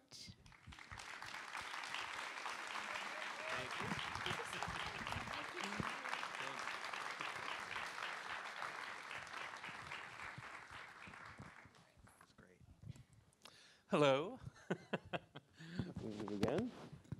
So we met it on an elevator when steam was just being birthed, I think, at a RISD thing. That's right. You stole my opening line. You know, a theater producer and a medical doctor walk into an elevator. Right. 30 seconds later, they walk out and they see a vision of how to bring the arts into medicine. A future together, right? So tell us real quickly who you are for those who haven't done the research as well as our last guest has. Sure. So I'm Jeremy Nobel, and I'm a medical doctor, a public health practitioner, and a poet, but also the founder of the Foundation for Art and Healing, whose mission is to explore and promote the idea that creative arts expression improves health and well-being for individuals and community, an idea that I think goes over pretty well in this audience, but still needs a lot of promotion in the outside world. Right. So we had 3 prompts to think about for this long table conversation. It's actually kind of it's a little triangular table, but and I just want to start on the first one on like what are things we could do at the smallest level to think about the kinds of transformation that we want to be working towards. Yeah, I thought that was a great question. You know, often we're invited to think big. The E. Cummings quote, always the beautiful answer. Where are the more beautiful questions? You know, and I think questions are small, and the right question can kind of change the world. So thanks for asking that question. You know, I think it does go to the heart of what we've been involved in at the Foundation for the last 2 or 3 years, and you brought it up in your last comments, which is really looking at loneliness and social isolation as a fundamental personal and public health issue. And so as you start unwinding that a little bit, it really gets to the heart of much of what's already been talked about today, which is we are hardwired for connection. And when politics and society and culture remove us from ourselves and from other people, our health suffers. And not only health you know, in our personal sense, although I'll talk a little bit more about that. But in world health, our connection to others, our recognition of others, our ability to have empathy for others begins to deteriorate. Right. So when you talk about the small thing, and I think the arts have a lot to do with it, the small thing I think all of us can do, and this is where the arts can help, is to be in the moment and pay more attention. I think it starts with that.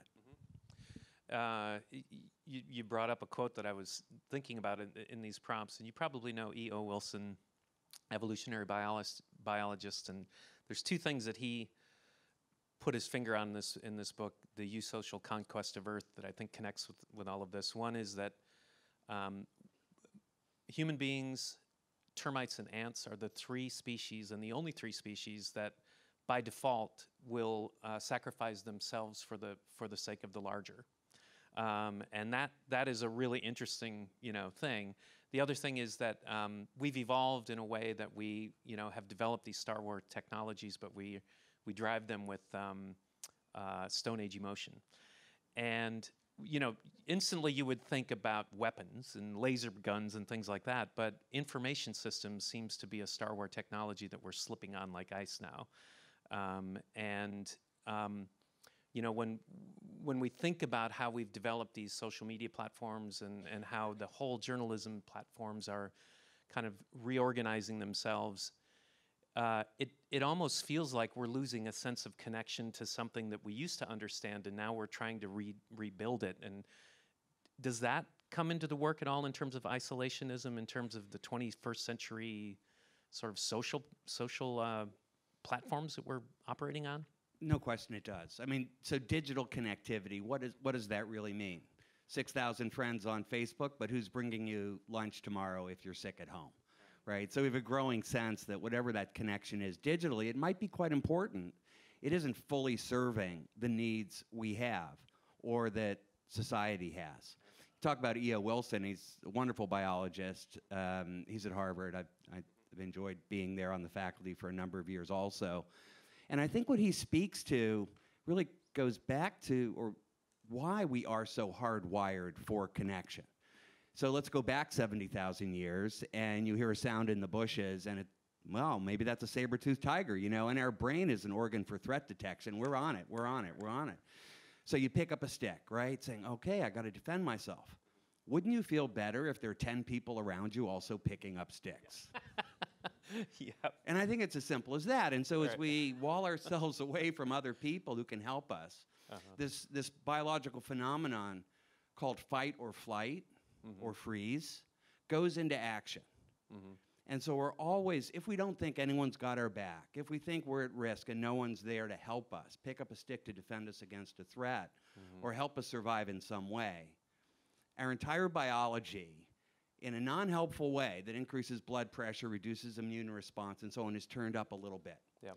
Which actually leads to one of the real important observations of just over the last few years about how toxic stress related to loneliness and social isolation actually is. Some very compelling epidemiology started coming out showing that loneliness had an increased risk of early death of 30%. Put that in perspective for the non-epidemiologist, non-public health types, that's smoking. And so the quote that is often used, it's put out by Julianne Holt-Lundstedt, a phenomenal epidemiologist, that being lonely is like smoking 15 cigarettes a day.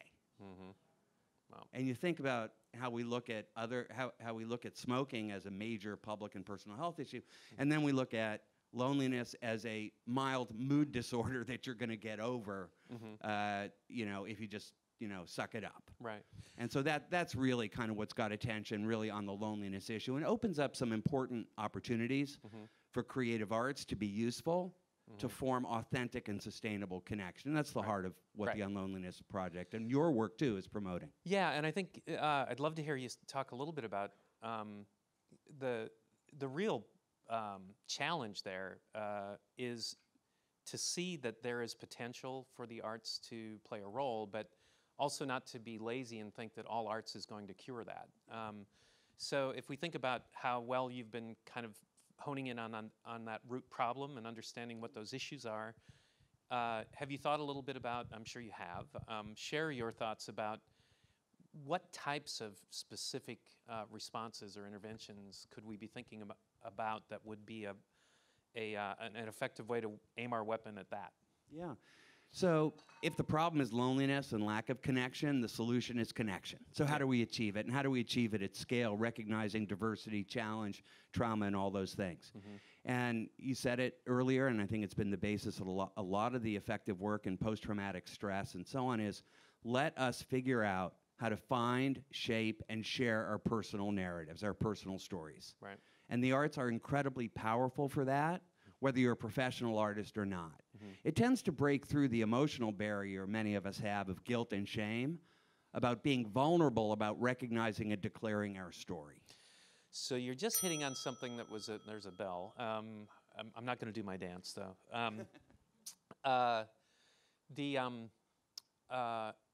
One of the things about having the privilege of doing this work with military folks coming in, everybody who does it, it's embedded in their team approach of integrative care. Everybody who comes in gets it. Is given the thing, it's mandatory, mask making and music therapy, et cetera. One of the things that really has changed my whole perception of who is an artist, why do they do it, and what do they get out of it? And this, I think, goes back to Mr. Rubenstein's comments at the top in terms of how it's, I have been conditioned to think of the arts sector as being a certain tribe of people, really, over here. And when you think about how the arts intersects with everybody. Right, so let me pick up on everybody, because a big focus of the Unlonely Project call to action is to take creative expression as a way to find and share your story broadly, away from the traditional centers of arts activities and into workplaces, college campuses, community centers for older adults. Draw on arts organizations for support, for help, for assistance. But bridge that gap. And capacity. Right, because unless we normalize creative expression as a daily activity, we're going to fall behind. Yep. And one of the things we were prompted to ask about in terms of what does success look like and so on, so I thought about that. So how about if at some point when you go in to see your primary care physician, and in addition to asking about your diet and exercise, she asks you, is there a creative activity that matters to you? Tell me about it. Yep. Cool. I think we'll end on the applause line. How do we transition? No, that's out of great. this? I think we're moving on to another piece of theater. Yep. Let's hear it again for all of our morning conversationalists. We were really excited to try out this new format, and at this point, we're actually going to invite our morning guests to rejoin for a group conversation.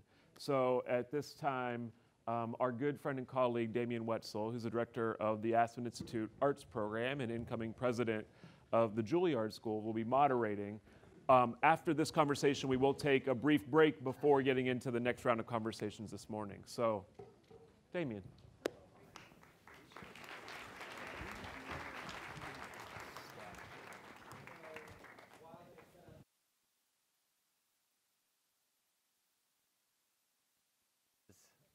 Overwhelming. We could do a full day on each one of those 10-minute conversations, but we're going to actually try to have some synthesis or at least some conversation amongst everyone. So I just want to say some hellos before we start, though.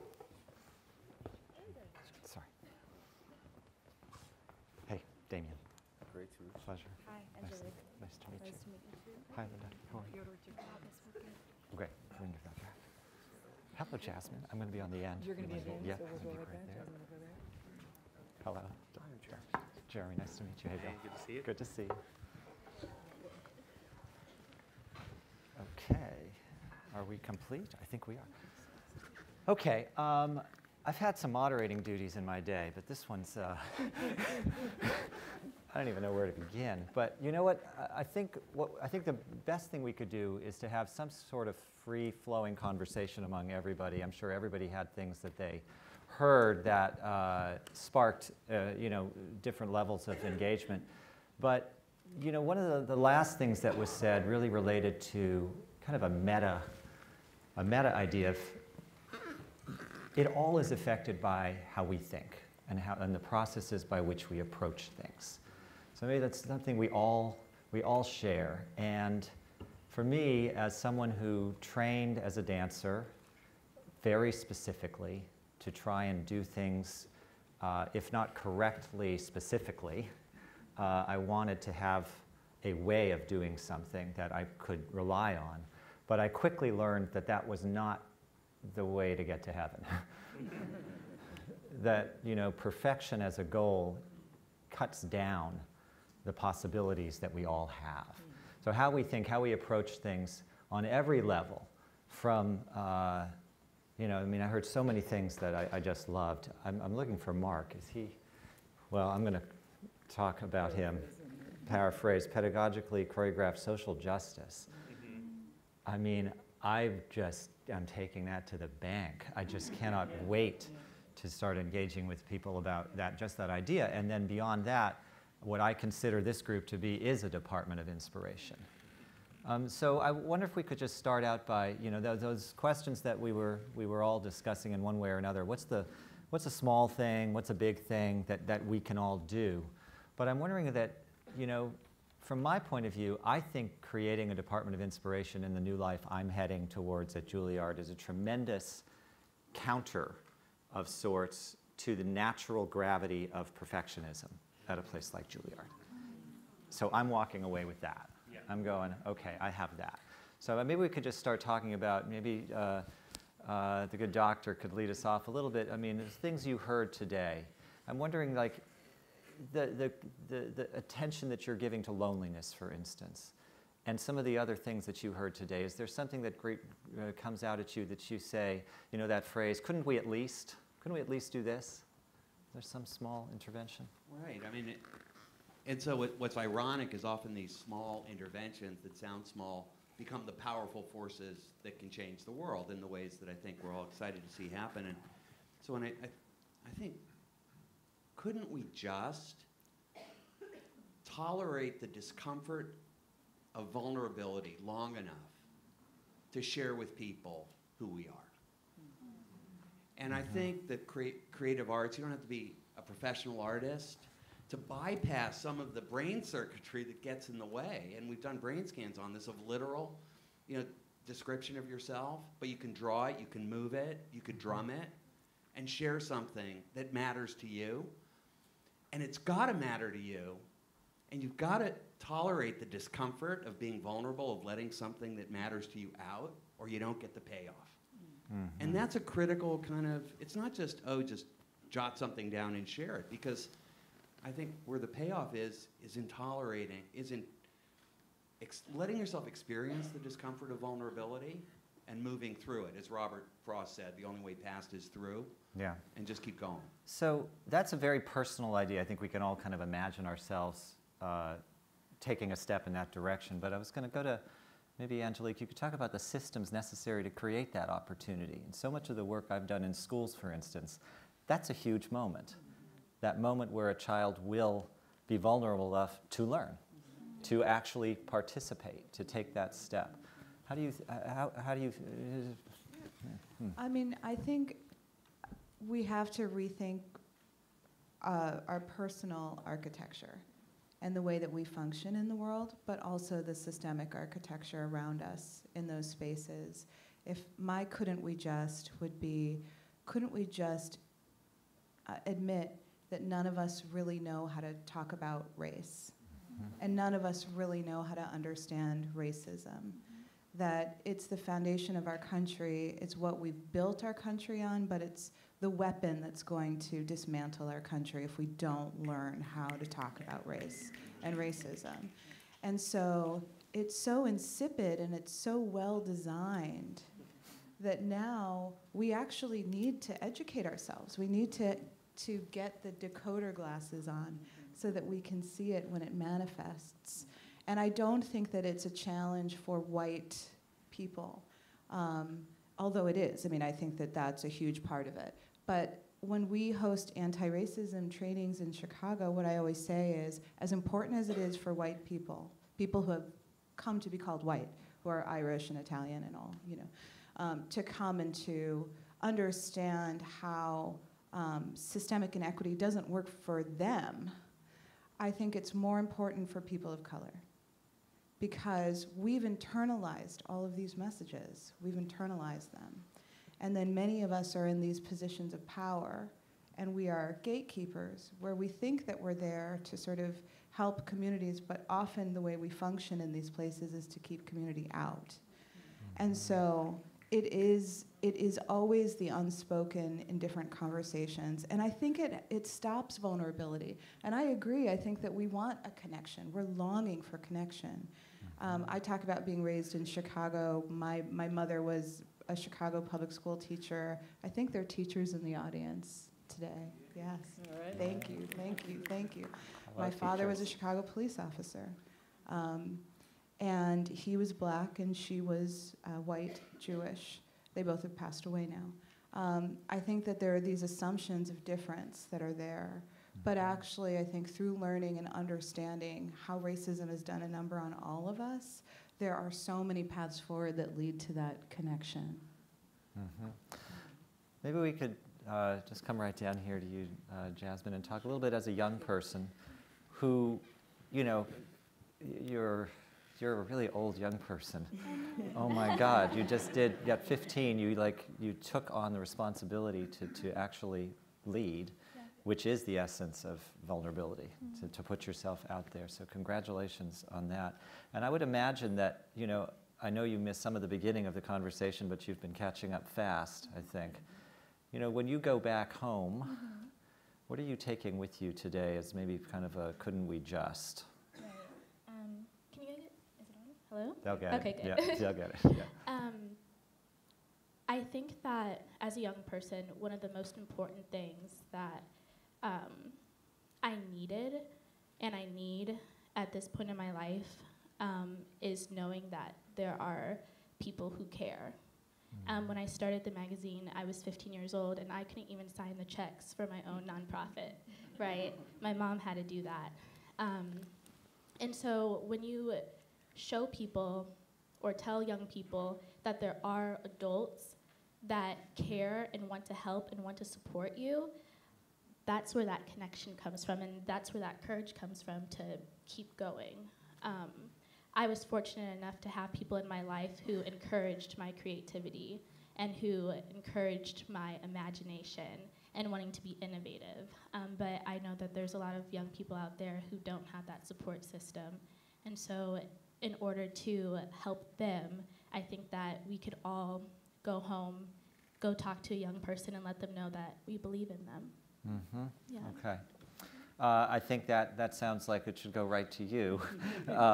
Linda, as you look at the landscape of education, how much parenting is education? How much of that level of nurturing do you think? I mean, you said some amazing things earlier about, you know, the nature of education being love and the way that we have to approach our young people with that spirit to get Jasmine doing that. I was so inspired by you.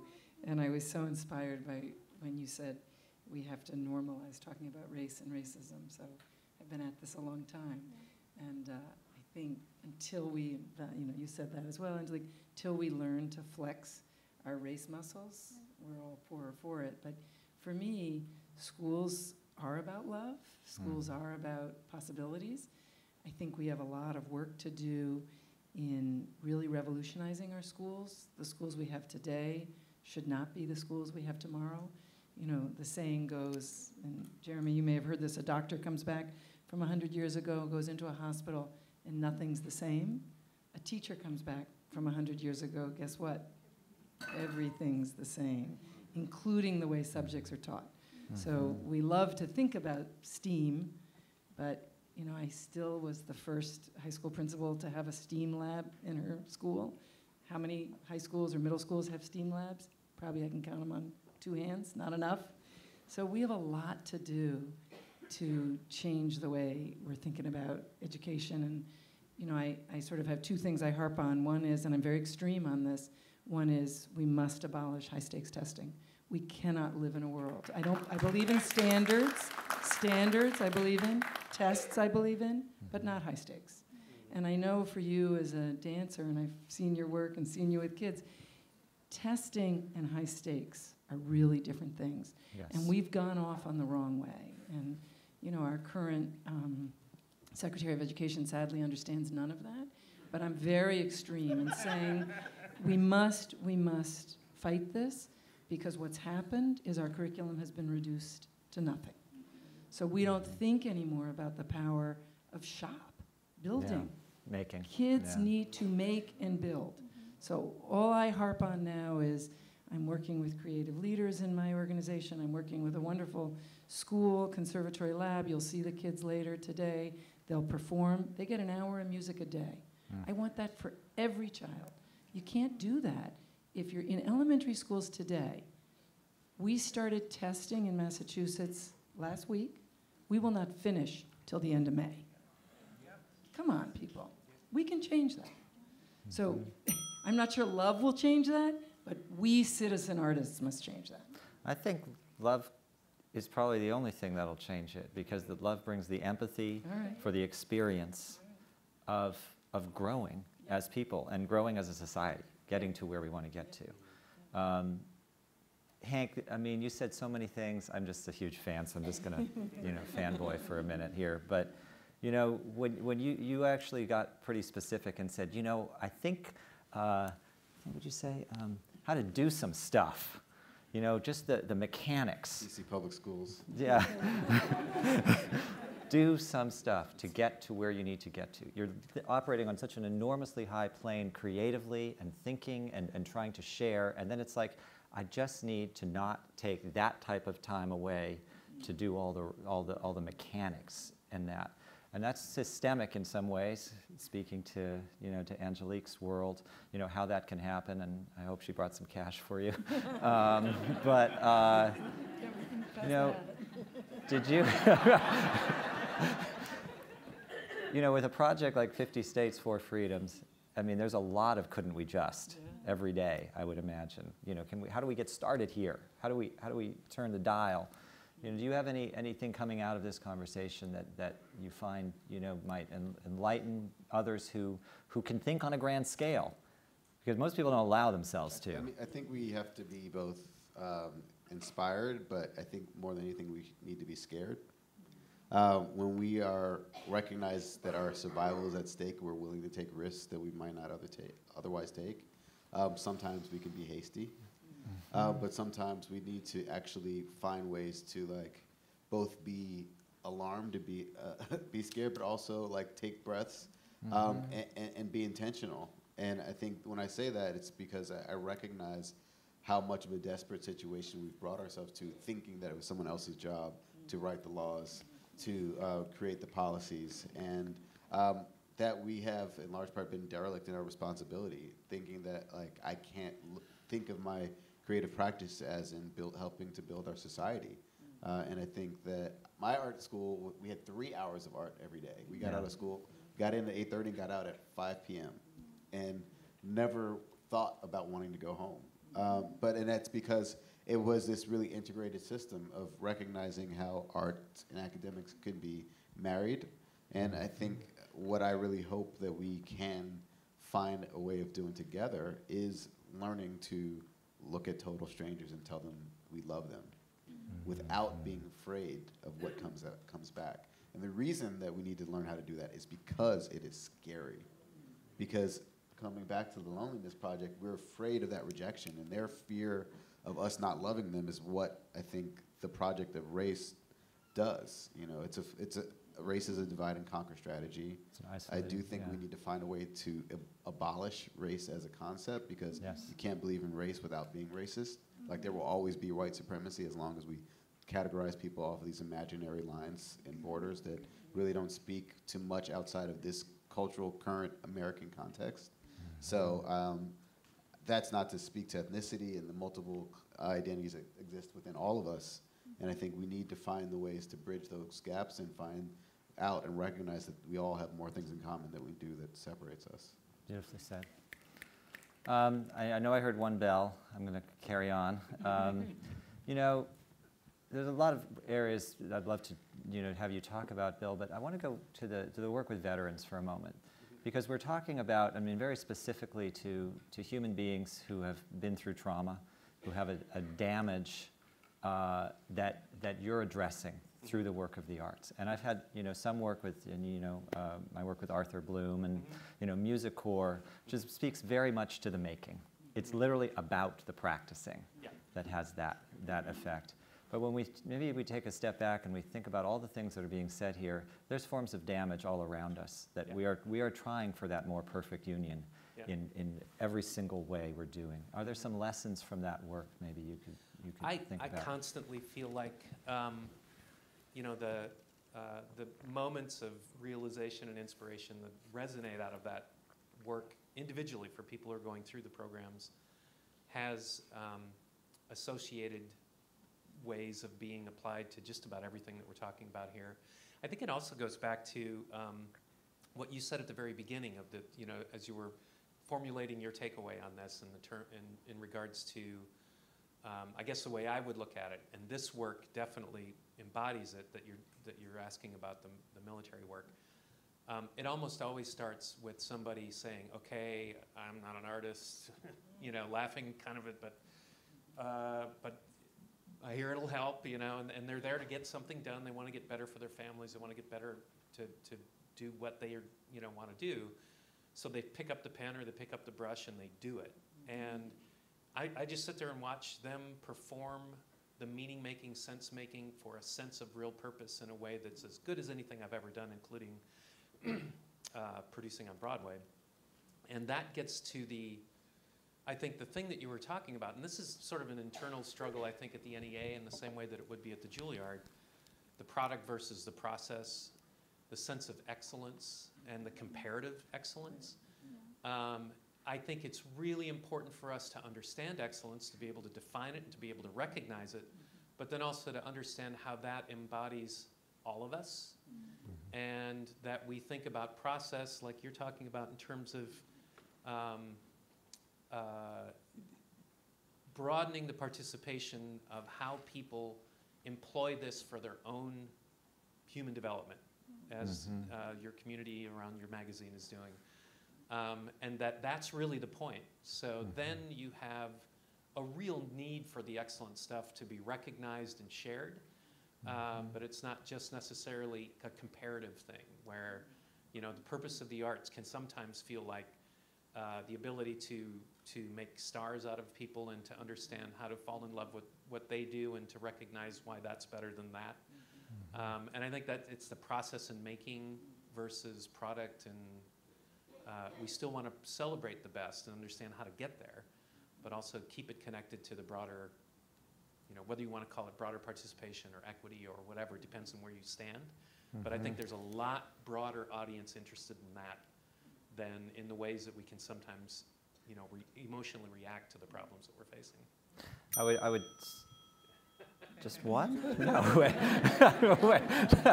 I would just say that idea of, a doctor saying, I can't remember exactly how you put it, but what's your creativity like? How are you on your creativity? Is a universal goal. I think that is, we're talking about education, health, and, finite resources today. That is the whole thing. It is like, how deeply are you actually living? Thank you all. Thank you. Great. Now we get a bio break, right? So I just wanted to take a quiet moment to say not just how thoughtful, but how vulnerable and honest everyone was. So we thank you for your time and your expertise. We're going to do a couple things. We're going to give them a thunderous round of applause to show gratitude. And then you have a 15-minute break. So we want to be back here by 11:30 because there's a really great start to the next section. So thank you.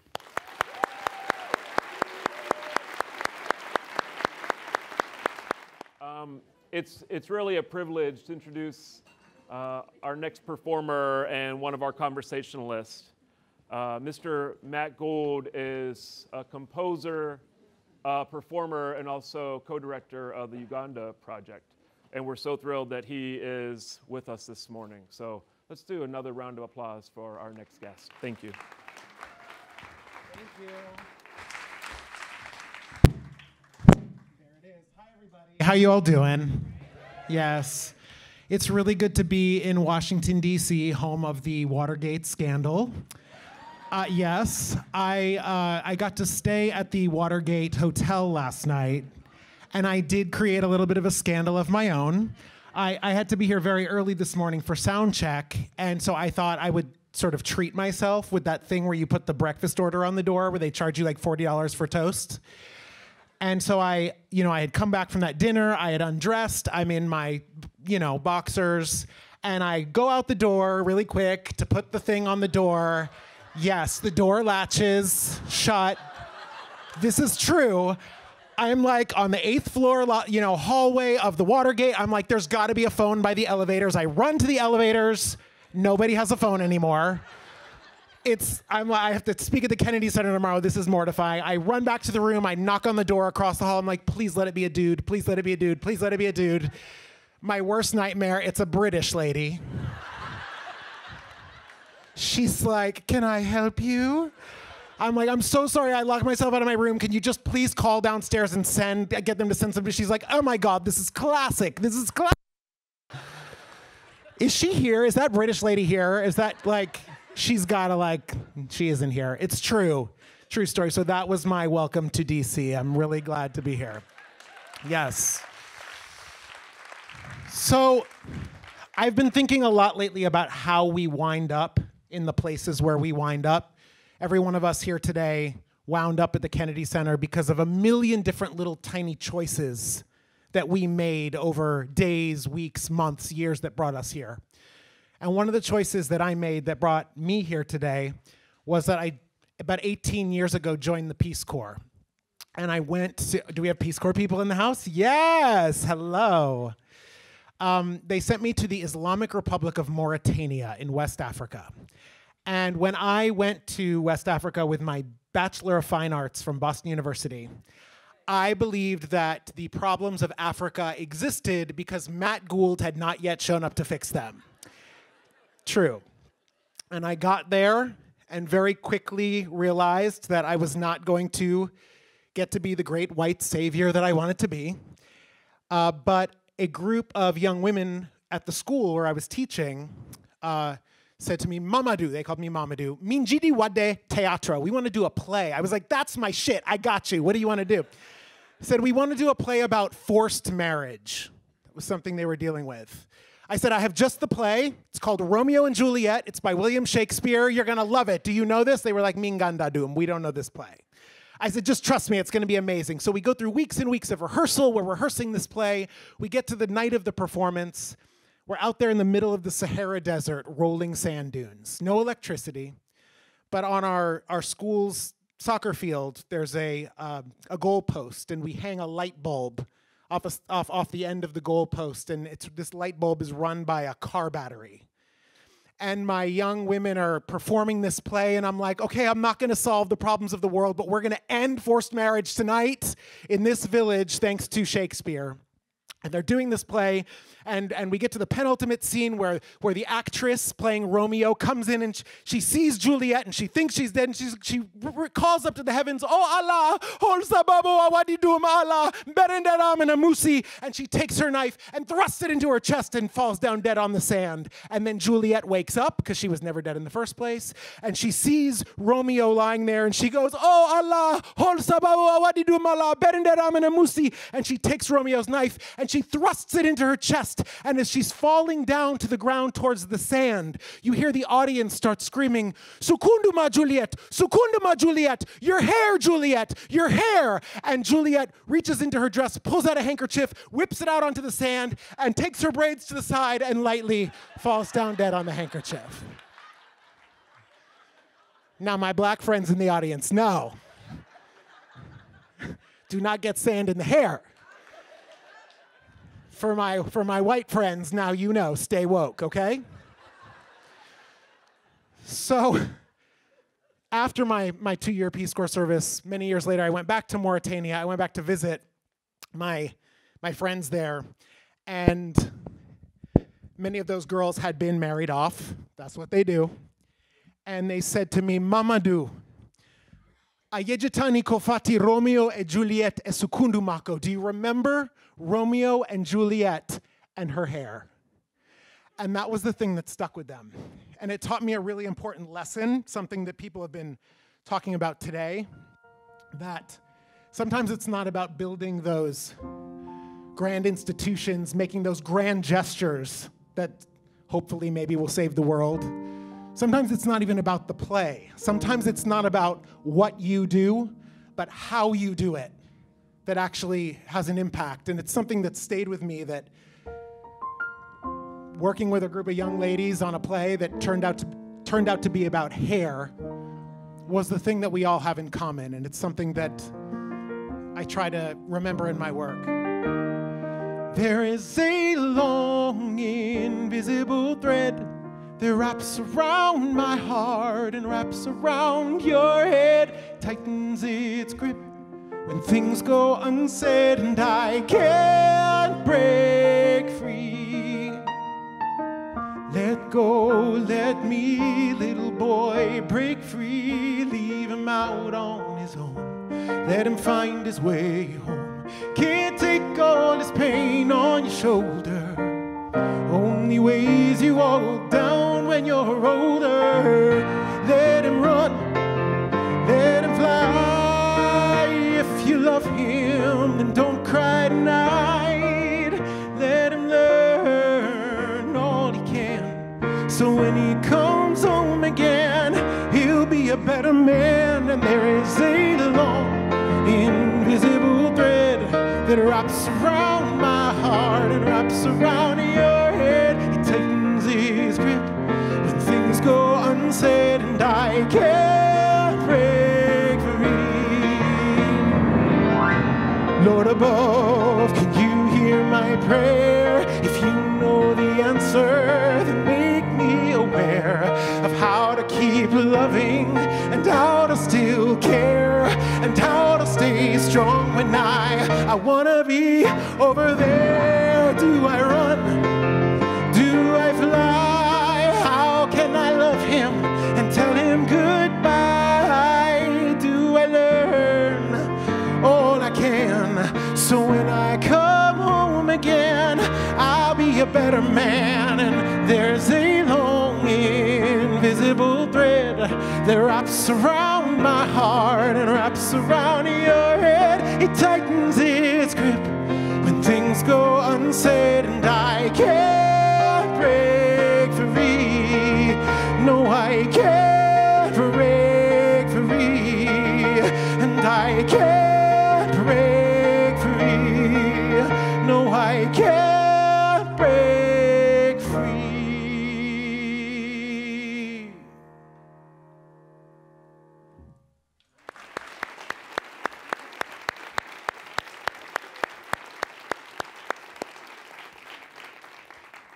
Thank you, Matt, and congratulations to you and Griffin. We're so happy for you. Just in the brief 15-minute break we had, I don't know about you, but I had conversations with 5 people that told me 5 different stories about connections that they found in the room this morning that they either re-remembered, discovered anew, or completely just sort of blew their mind. They're like, I went to school with this person. They're an alumni. I know them from this place. Did any of you guys have that experience? Right? Yes, thank you. And I bring that up because that is one of the lovely side benefits of the Art Summit, is that these connections among people grow and we foster them and hopefully they sustain. And a brief story, my very best friend in the world, Rachel, went to BU for acting school and was a classmate of our friend here that just performed. And I didn't know Matt before this, but Rachel said, you need to know this artist, and happened to be on stage, on our Millennium stage downstairs a few months back with Griffin, and we were so impressed with the performance. I said, I think you're the perfect fit for the Art Summit. So you just never know when these connections are going to be made.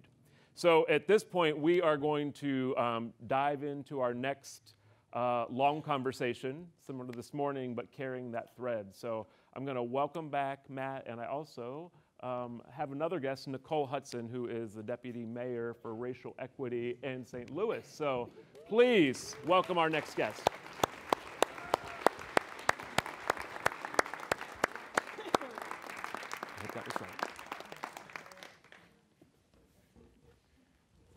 want them to bring the piano back out. Maybe we can do a set instead of having this conversation. No, we need to talk to you. I was fully back there adding harmonies to your awesome song. We should have done an acapella thing. We should have. We'll do it. Hi. Hi. Am I on? You totally hear on. me? Okay. Yeah. So I think you're supposed to. I'm ask the interviewing question, you. But I want to ask before we go there. Okay. You touched on being a white man in the Peace Corps who went to this country of brown people, and I think you might have even used the words "help, save, and fix." What was it like for you to come to the realization that that wasn't the thing?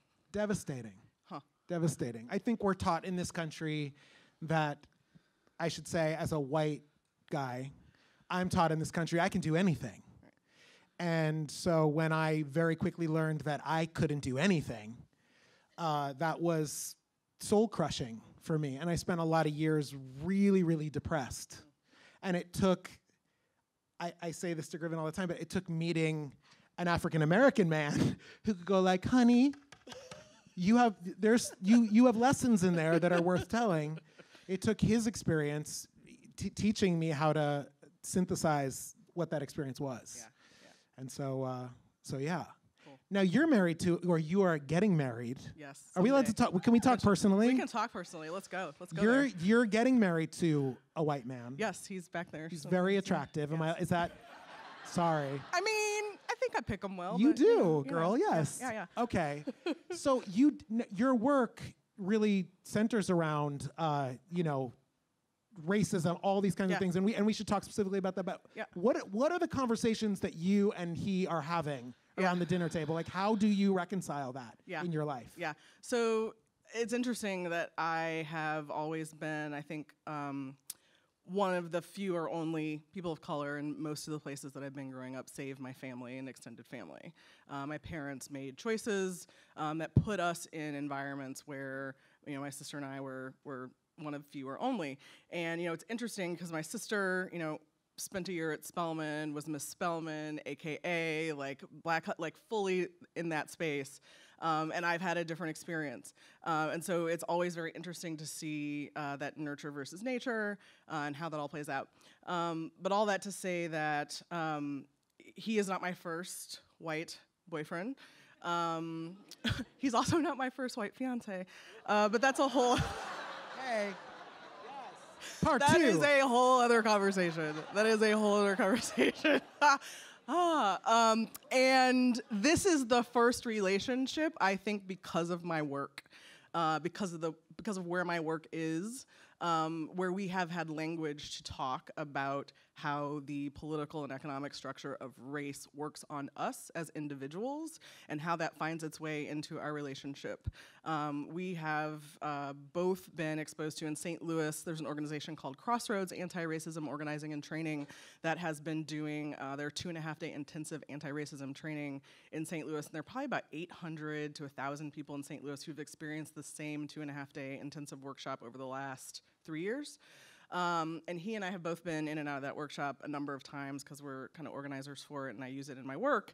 And because of that, we are able to be in a conversation or be in a disagreement or an uncomfortable place and be like, you know what?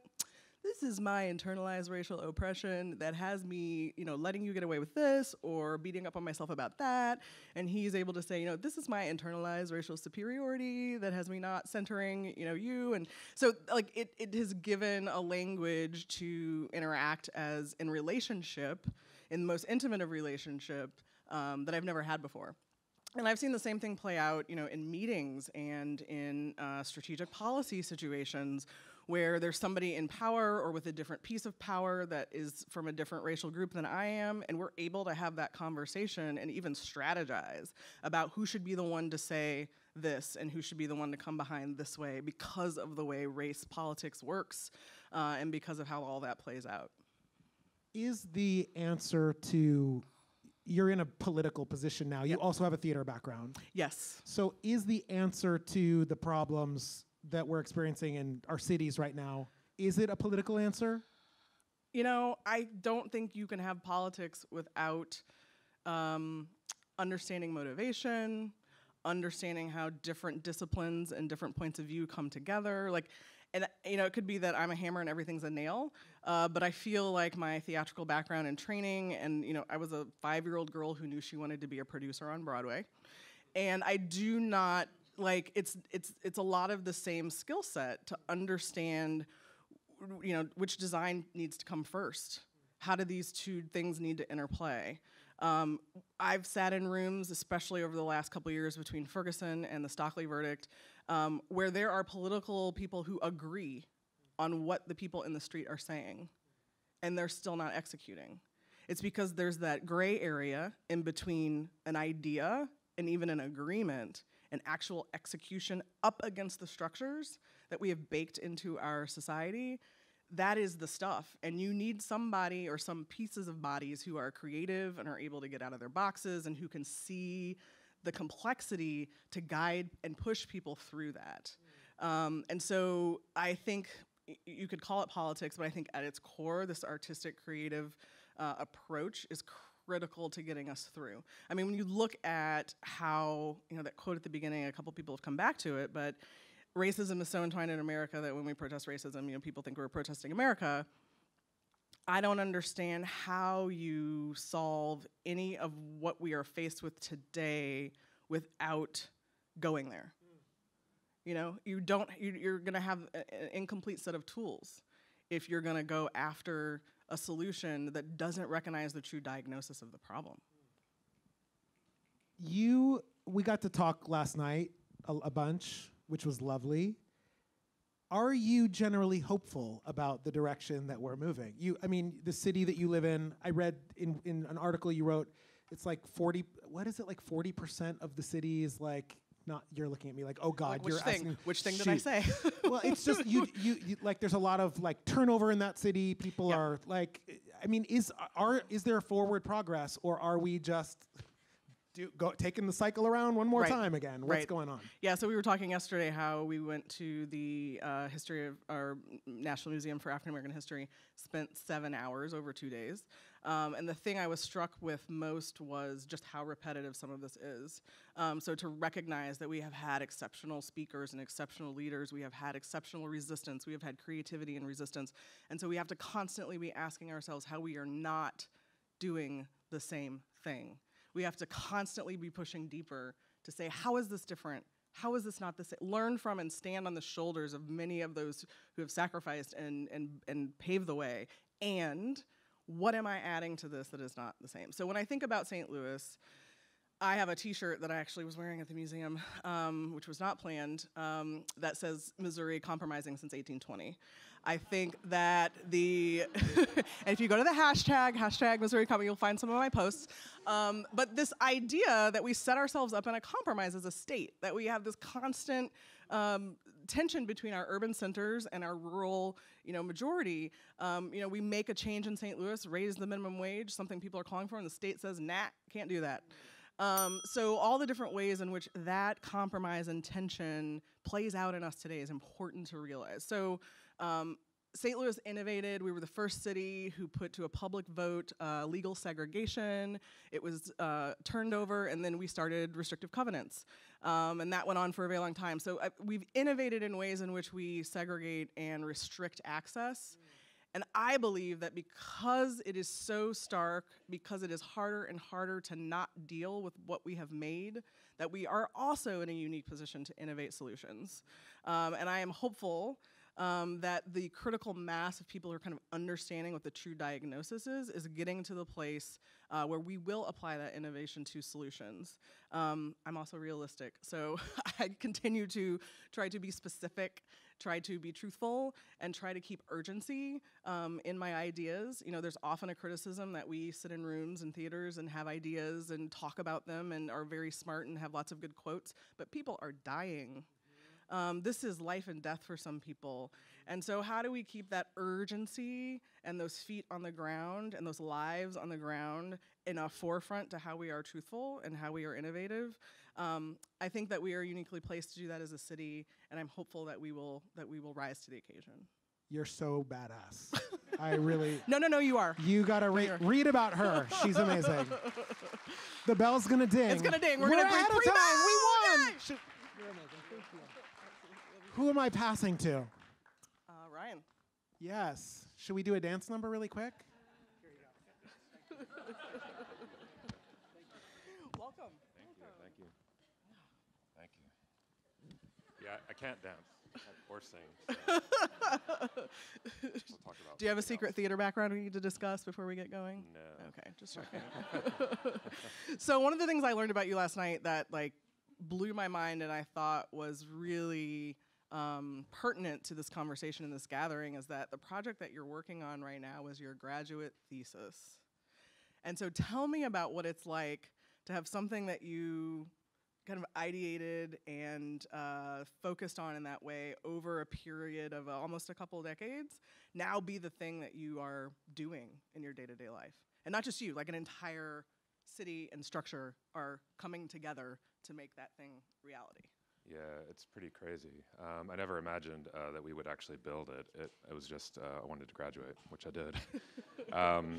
The project is the Atlanta Beltline. It's a 22-mile loop of old railroads that we're repurposing for a transit line, greenway trail, economic development, community revitalization, public art. There's an arboretum. There's a public health component. There's all these different kinds of things, massive urban regeneration kind of project. And yeah, it started as my graduate thesis, and but it really started as a movement of people. And so in the beginning, we built it around a grassroots movement of people that made it inclusive of everybody, and now we're holding it accountable to that. So yes, it's incredibly exciting to watch, and you know, my kids are growing up with that as their worldview, which is pretty incredible. Yeah.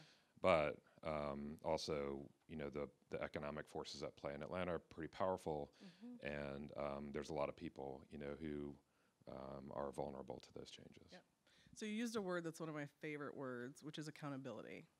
And so what does that look like in this process of going from something that was very grassroots, bottom up, to something that now, as you were saying, has all of these sort of bigger economic interests in it? What does accountability look like in that process?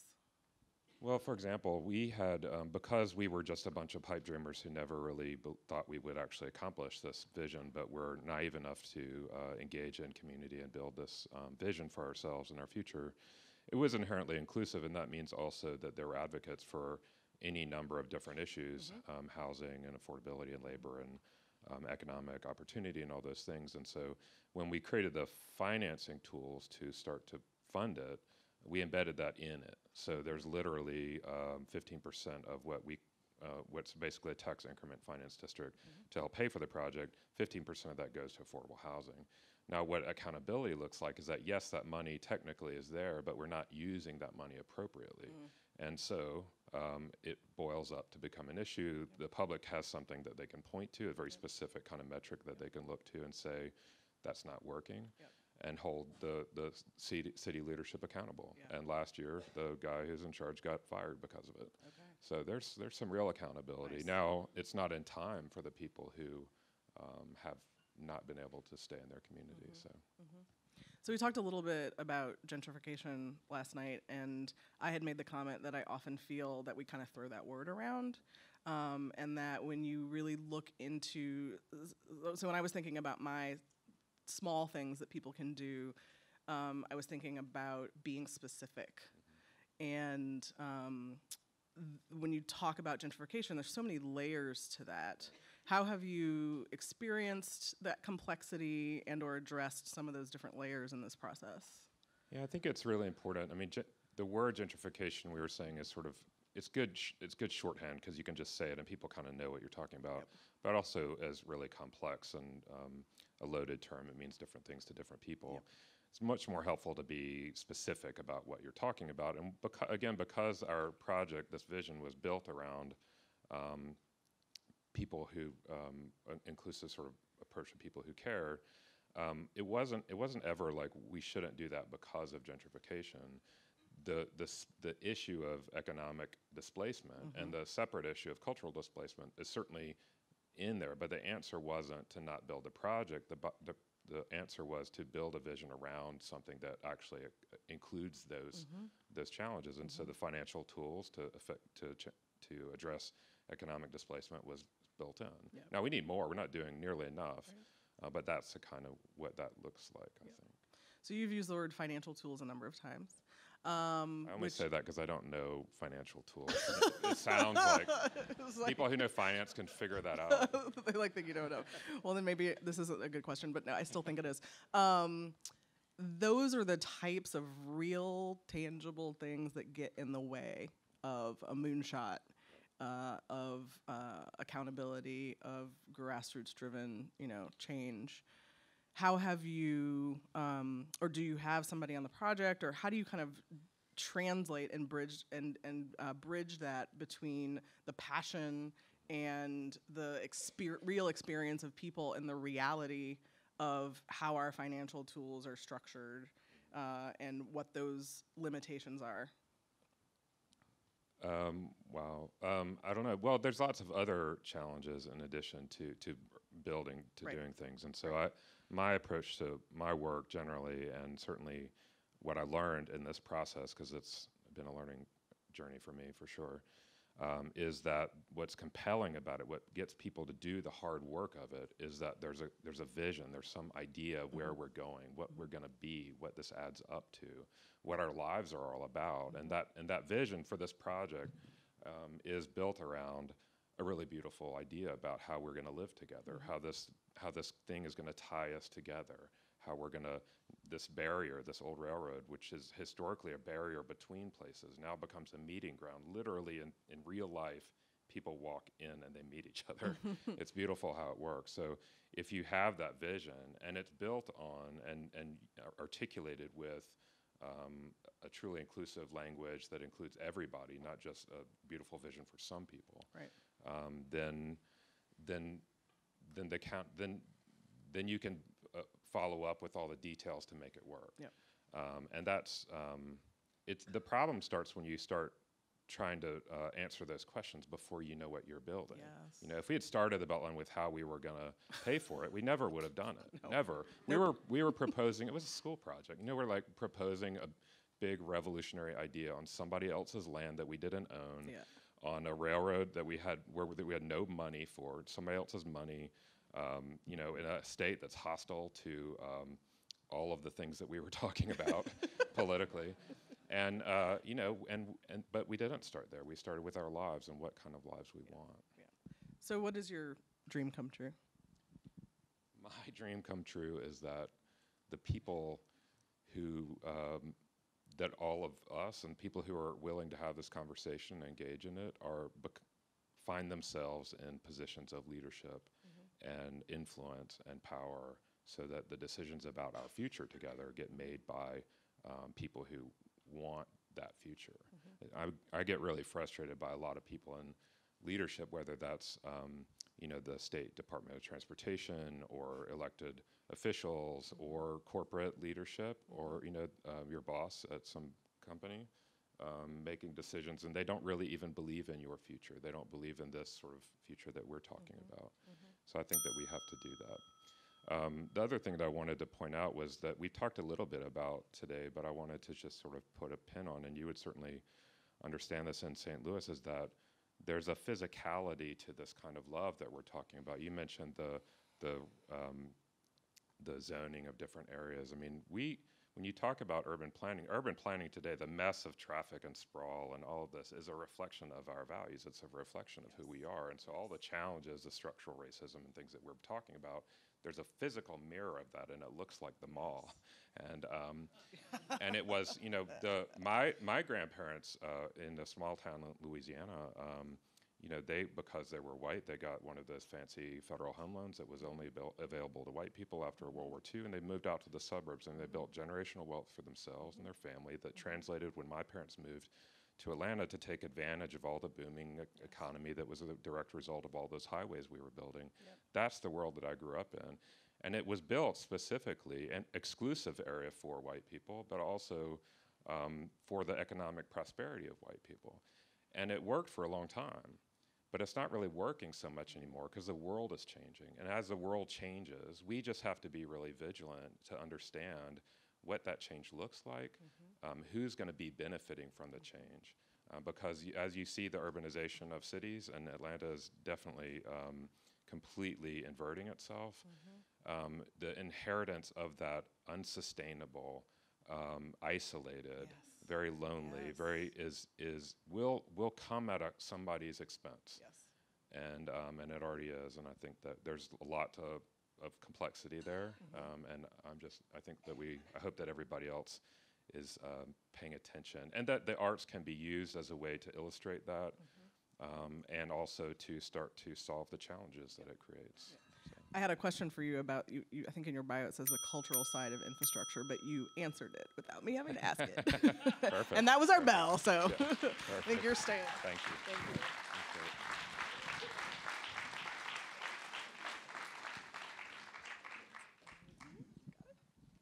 Hello, welcome to the stage. Hey, Ryan. So, you have the distinction of being one of the last folks I in am. this. I'm the before lunch, better than the after lunch. But today, I don't think anybody's going to go to sleep. What have you taken the most from Oh my the God, conversation I have today? been scrambling in the dark. You actually was sitting next to me, so you know that. Yeah. Partly because so many words were used by so many people. Right. So I'm Valerie Fletcher. I run the Institute for Human-Centered Design headquartered in Boston, Massachusetts. We're a global nonprofit focused on the role of design in social equity. And I've taken pleasure for many years in always having another country I can play in because we're global, and sometimes that's been pretty desirable. I can pass as Canadian if I have to. These days, I find myself more and more compelled by being in the United States and being in a place where I really need to frame a sense of urgency, words used by many other people. Worried very much about the echo.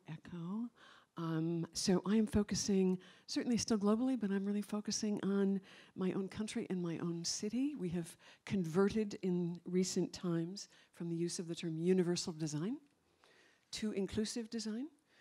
Once upon a time, not so many months ago, we actually talked about diversity and inclusion as if we'd already sort of been around that game. And now it feels so threatened.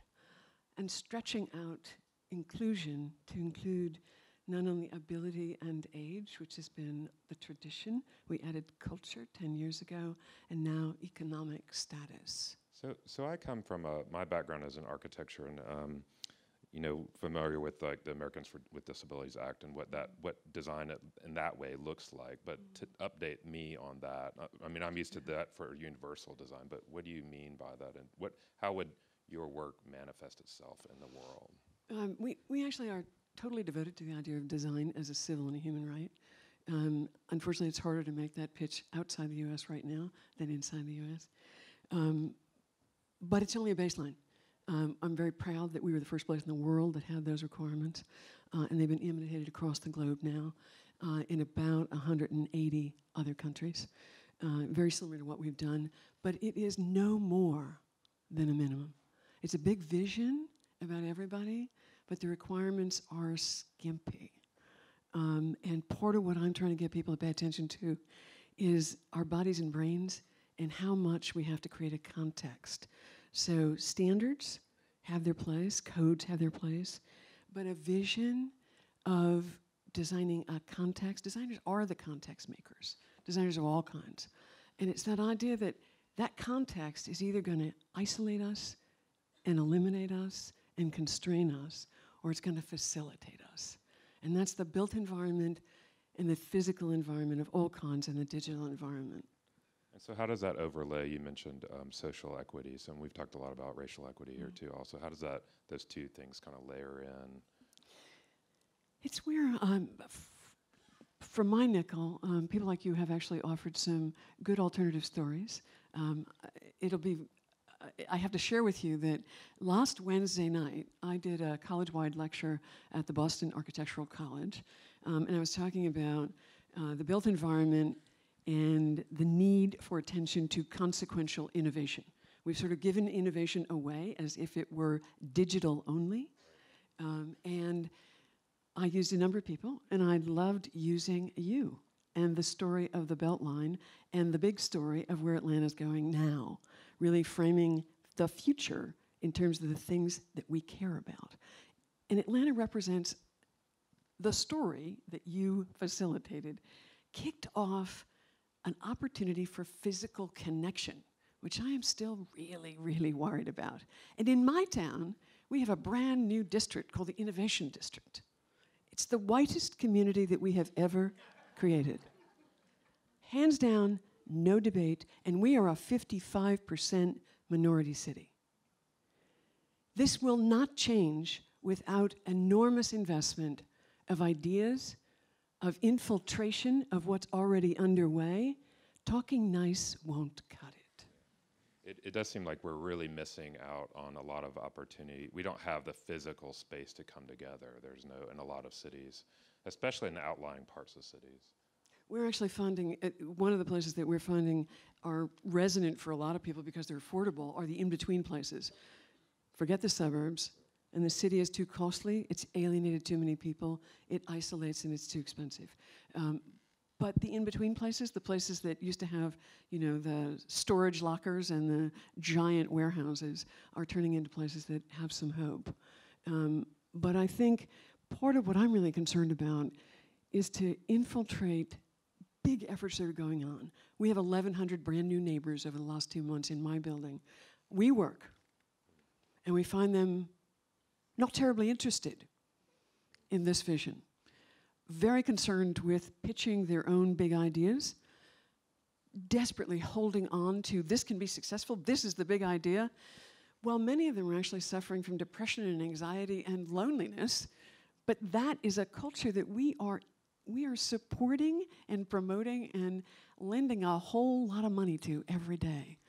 How can we do a better job?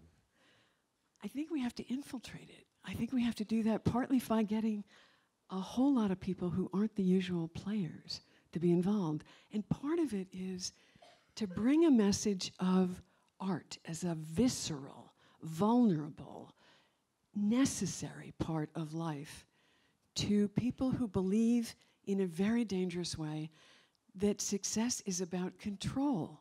Talk about echo. We cannot go there again. Success is not about control. So one of the prompts is, what does success look like for you? What is that? If it's not control. I think there's a level of literal physical connection, which is part of what I love about what you did in Atlanta, what you dreamed in Atlanta. It was that people would bump up against each other, and they would get involved in the lantern. Maybe other people did that, but the lantern parade is a great story of connection. And stirring up diversity of human experience. We are moving in the innovation world towards solving harder problems. It used to be okay if we just connected people who were like one another. That's no longer where we are. My town is turning into the #1 innovation hub in America.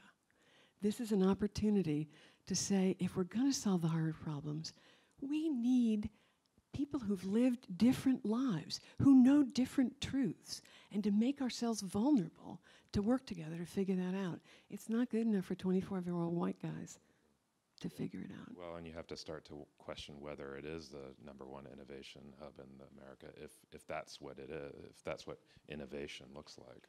That might not be. It's a job for the innovation. whole country. Right. Yeah, as sure. we see more and more people competing for it, more and more people, unfortunately, looking a lot like it's always looked. The lantern parade that she references, this idea this crazy woman had. I say crazy with love because she's just awesome and we're all kind of crazy, but that people would make homemade lanterns and walk down the trail in the dark. And the first year there were 200 people, the next year there were 400 people, then 800, then 1,200. The next year there were 12,000 people, then 20,000, then 60,000. Last September, 80,000 people. 80,000.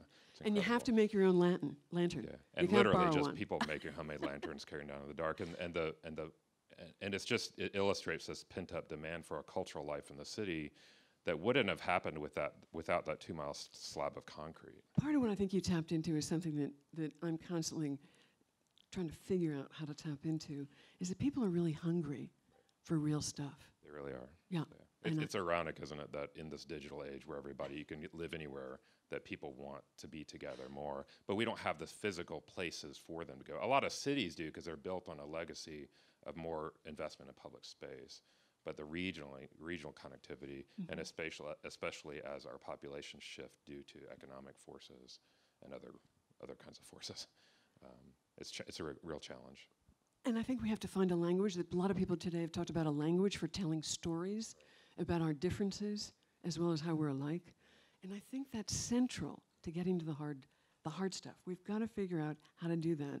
And if I had one thing that I'd love to see, it's a recognition that it won't happen without an investment.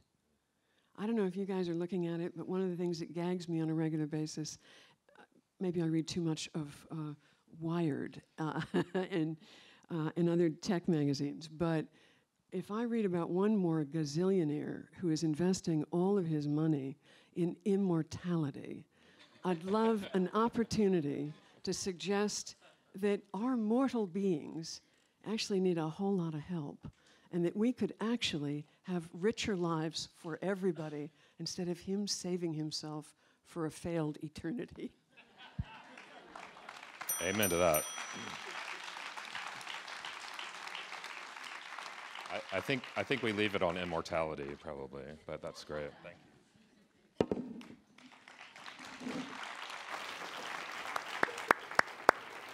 Let's hear it again for Matt, Nicole, Ryan, and Valerie.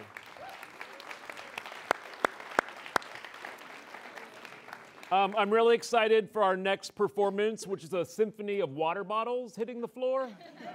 Thank you.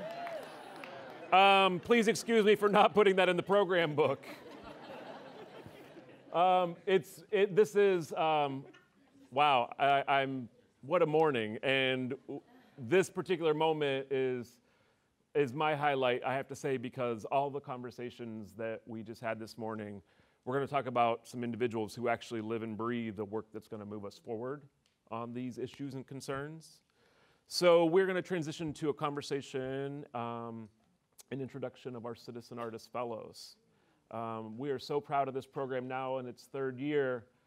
These are artists who live and work in communities all over the country and really live up to what we call our Kennedy ideals of service, justice, freedom, courage, and gratitude. And these are artists that live up to those every day and really give back through their artistic means and powers and performances.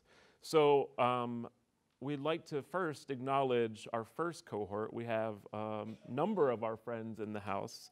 I'm going to ask them to stand, and we're going to give them a little love. So I know that C.J. Phillip, Monica Eunice, Camille Zamora, and I believe Yoko, San, and Paige Hernandez are in the audience. So I would just like to give them a round of applause.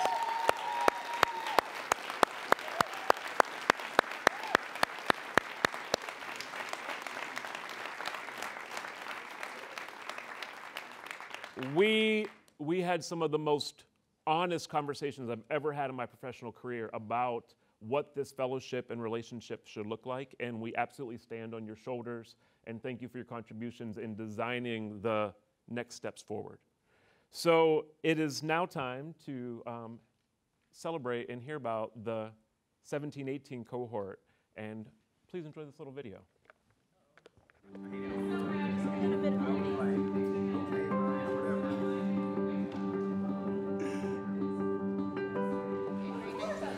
Oh my gosh.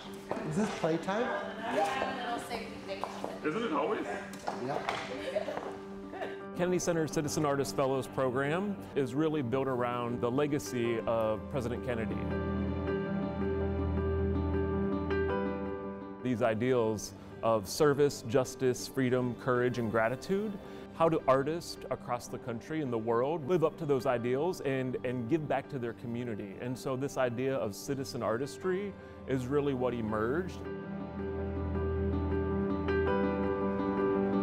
We looked for artists around the country that were working in communities, both large and small, that really use their art form for good, for giving back to their community, for building community. Artist and activist Dee Nichols from St. Louis.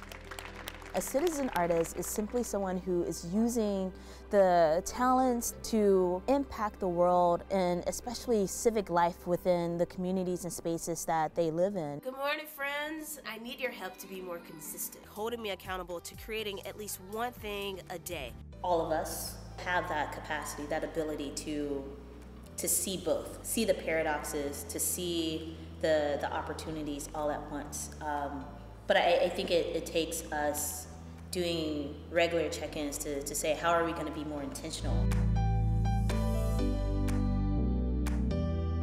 Big personalities require high emotional intelligence. With the Kennedy Center, we can really amplify the efforts that we're already creating. Dressed in a business suit, not sure what to do, not sure of who I would find. I believe that everyone is born with a gift, and by engaging with my work, hopefully someone else can unlock theirs.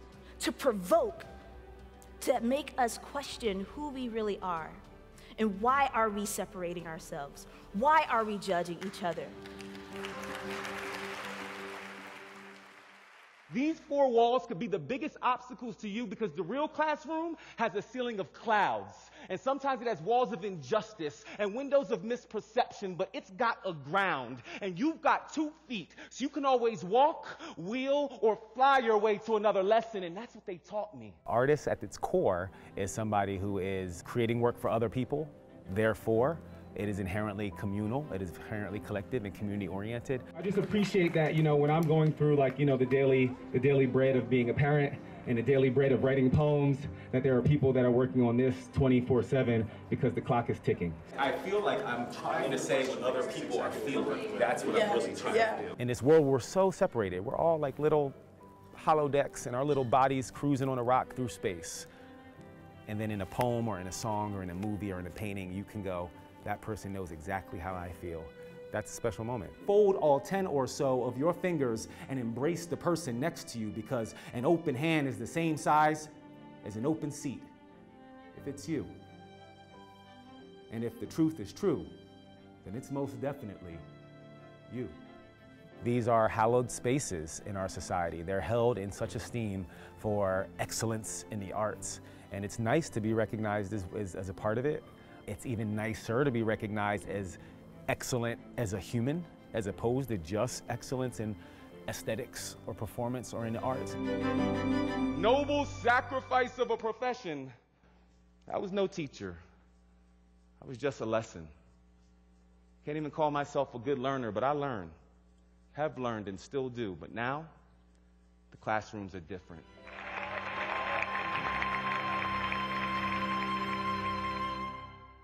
What makes me a citizen artist is that I can think about things about what it means to be a citizen, and to understand that to be a citizen is not just about documentation, but also about participation and production. New York City subways are where a lot of these different cultures come together, and that's where they intersect. I thought that this sort of intersection of culture should happen more in our public spaces and plazas. Looking at this poll, it's very interesting because a poll can also bring people together. And what if I created a poll that when everyone connected it, say it used your body as a conductor, and you could hold on to one pole and I would hold on to another one, and then I myself, my body using my body, would connect 2 things and activate something.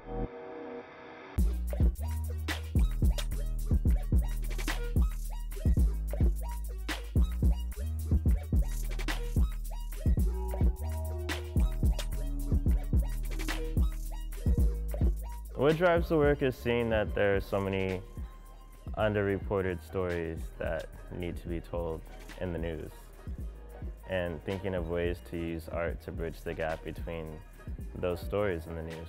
When I see the news, they're only showing a subject that they want you to focus on. They're not showing us the system.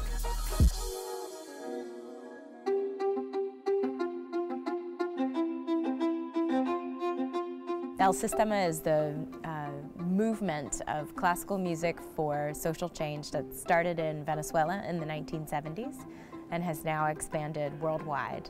El Sistema USA is the embodiment of what I have always searched for, which is giving voice to anyone who has an interest in exploring the talent and potential inside them. Maestro Abreu is the founder of El Sistema. One of the things he said was that you're too late if you're not starting now. And none of the preparation in the world will prepare you for a perfect response. And so it's most important that you begin. I passionately believe that all people, no matter their social or economic situation, should have the opportunity to seize the capacity for creativity and performance that is inside of them. Gathering our collective strength. I think that my path as a citizen artist will always be about bringing people together. Citizen artists have a role to heal our nation, but we also have a responsibility to provoke and to disrupt and to start conversations that may not be happening right now. How do we create a platform and a pathway from arts engagement to civic engagement? Ladies and gentlemen, it is my absolute honor to welcome you to this third Messiah project. We are presenting excerpts of Handel's beloved Messiah alongside a series of pieces of music which tell the story of people who experience homelessness and poverty in Los Angeles today. Never in a million years did I think that I would be singing along with members of the LA Phil and the Master Chorale. I came down here on drugs and alcohol, and now it's come full circle, and just overwhelming. When I came here 3 years ago, I had a month clean from a heroin addiction. So today I celebrate the resilience of your ever-expanding souls. When we actually make the space as artists to let formerly and currently disenfranchised people step into an artistic space, we find that folks have access to creative agency, to resilience, to courage, and to making really, really great art. This is a neighborhood. This is a place where the stories and lives of people matter. And we are here to make music with those stories.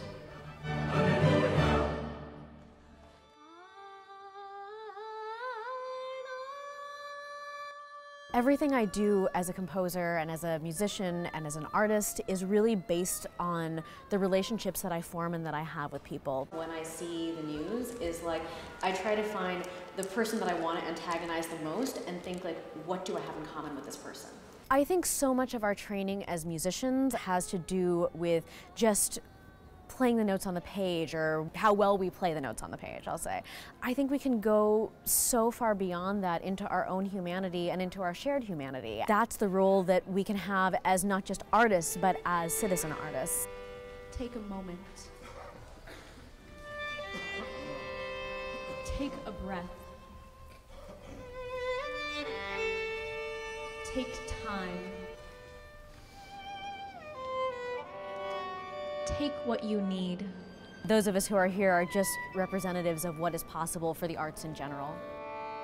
A citizen artist, to me, is an artist that is very much aware not just about artistic practice, but is very much aware of the issues that are relevant in our society. My work is focused on telling the stories of the community through public spaces and using public spaces as a platform to create awareness and educate folks on the issues that the communities are dealing with. It is here in this neighborhood where my parents decided to have our home and where I was raised and where I continue to live.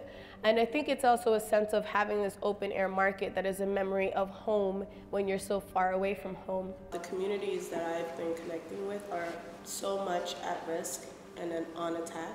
If I were to be spending any of my energy, it would be focused on working with them and representing their narratives, which means there's very little energy to deal with the opposer. In my case, what I try to do, and it's been my mantra, is creating work that is both poetic and powerful, and how to do that in a way that moves beyond than just being a work of art, but really brings this connection to our humanity.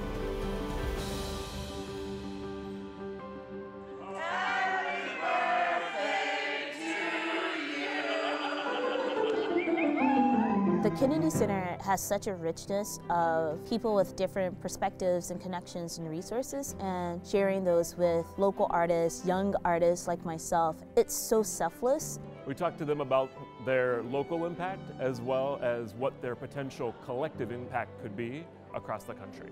Collective voice of gathering together and seeking something really does have that impact. We have our one-on-ones with different departments across the Kennedy Center. Sometimes, especially in these conversations, getting after that way of how they organize themselves. Yeah, Yeah, absolutely. okay, Just a cool. regular letter, but and I like to have white space in the Yeah. letter. I like to have bullets, so it's very easy to read. I love also this idea of a living, breathing memorial. We collectively and through our artists can change the world through art. The ideas that are being sparked, the resources that are being shared, the connections that we're making with really awesome members of the team here. Having the support of the Kennedy Center is just really amazing. This is the national stage.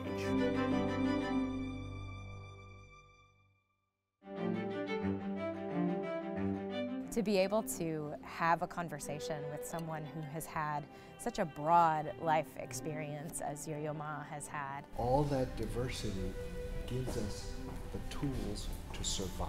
And to have him lead us in a conversation of ideas about humanity. The bottom line is humanity. That's, I think, part of our job. Yo-Yo really challenged us to think both about like, okay, you can do your work and the work is important, but you've got to always be thoughtful about the bigger picture. This is a photo of our little planet from there. It's a wave. Hello.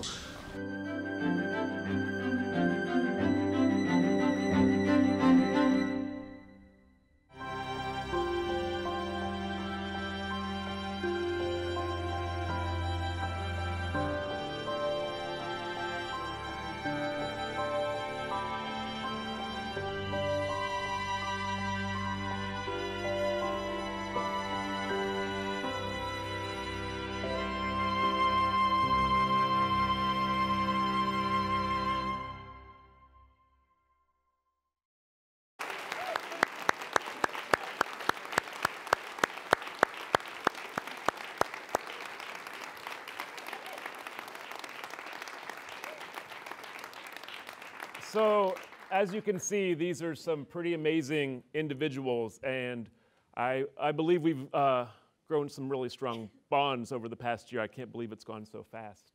You know, as the Kennedy Center, we really value the role of the artist, and especially these citizen artists, and we really think about them as superheroes. So in honor to recognize you, and Deborah, please come up and join me, we have a special gift. So I'm gonna reveal the gift, and then we're gonna invite you all up. So we had these tailor-made for you, the big reveal.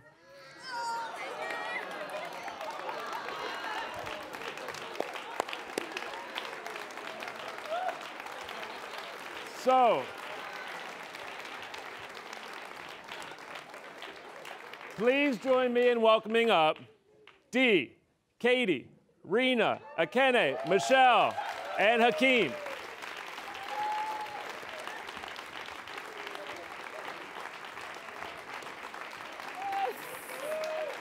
So cool. Yep.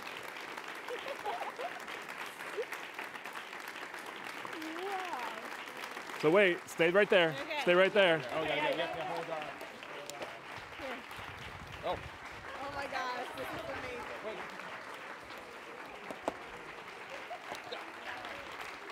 All right, we got it. Oh, sorry. And you want to hold DJs? All right. All right. Okay, guys. Awesome. Thank you. Thank you. Yep.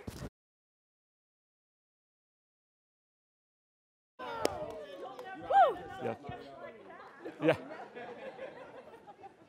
We also want to call out that in your program books, we have these beautiful reflections that they offer to us from their year experience. So please make sure you read those. And we also send our love and gratitude to Vijay Gupta, who couldn't join us today, but he's here with us always in spirit. So once again, we honor you.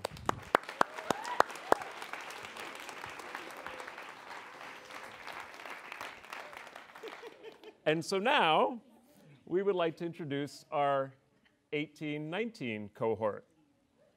Enjoy.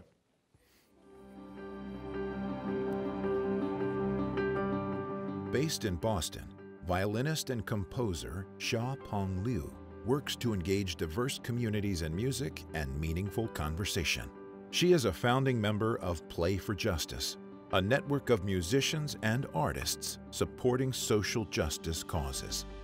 In 2016, as an artist in residence for the city of Boston, she began Code Listen, which uses music to support healing and dialogue around gun violence, race, and law enforcement in collaboration with the Boston Police Department, local musicians, teen artists, and family members surviving homicides. Her current work also includes Sing Home, a project that gathers and shares songs from Boston's Chinatown community to create new compositions as a way to start conversations about immigration, neighborhood, and cultural and civic identity. Donnie Rose. Donnie Rose is a community activist, educator, and active member of the poetry scene in his native Baton Rouge, Louisiana.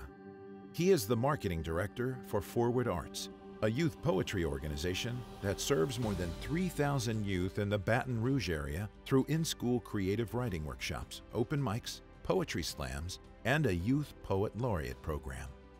Using his art form to address racial inequality, Donnie has been part of the spoken word and slam circuit for over 15 years and has facilitated spoken word events for youth for over a decade.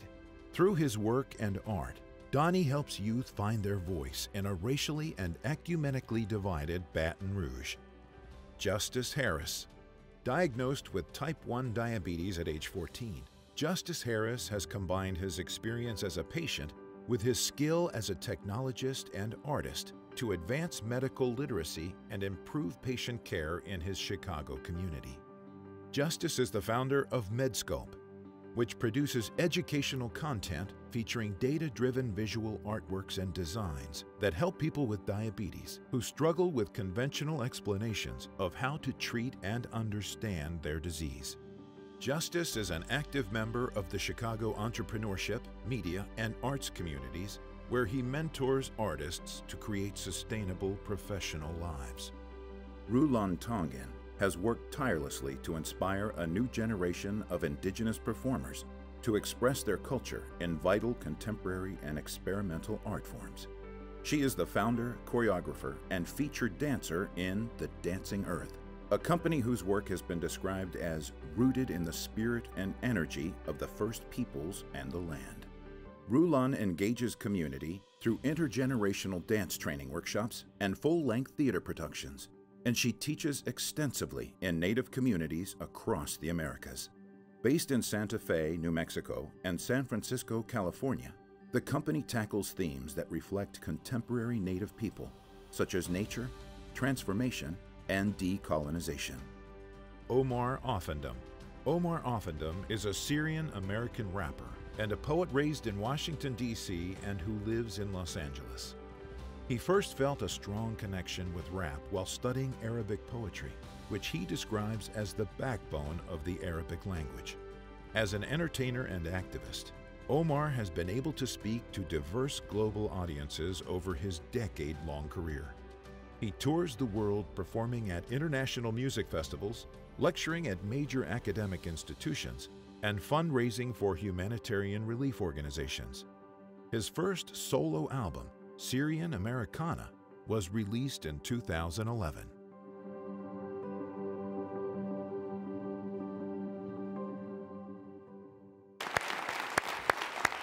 You want to come and join me first? Come on out. Yep. Great. Yeah.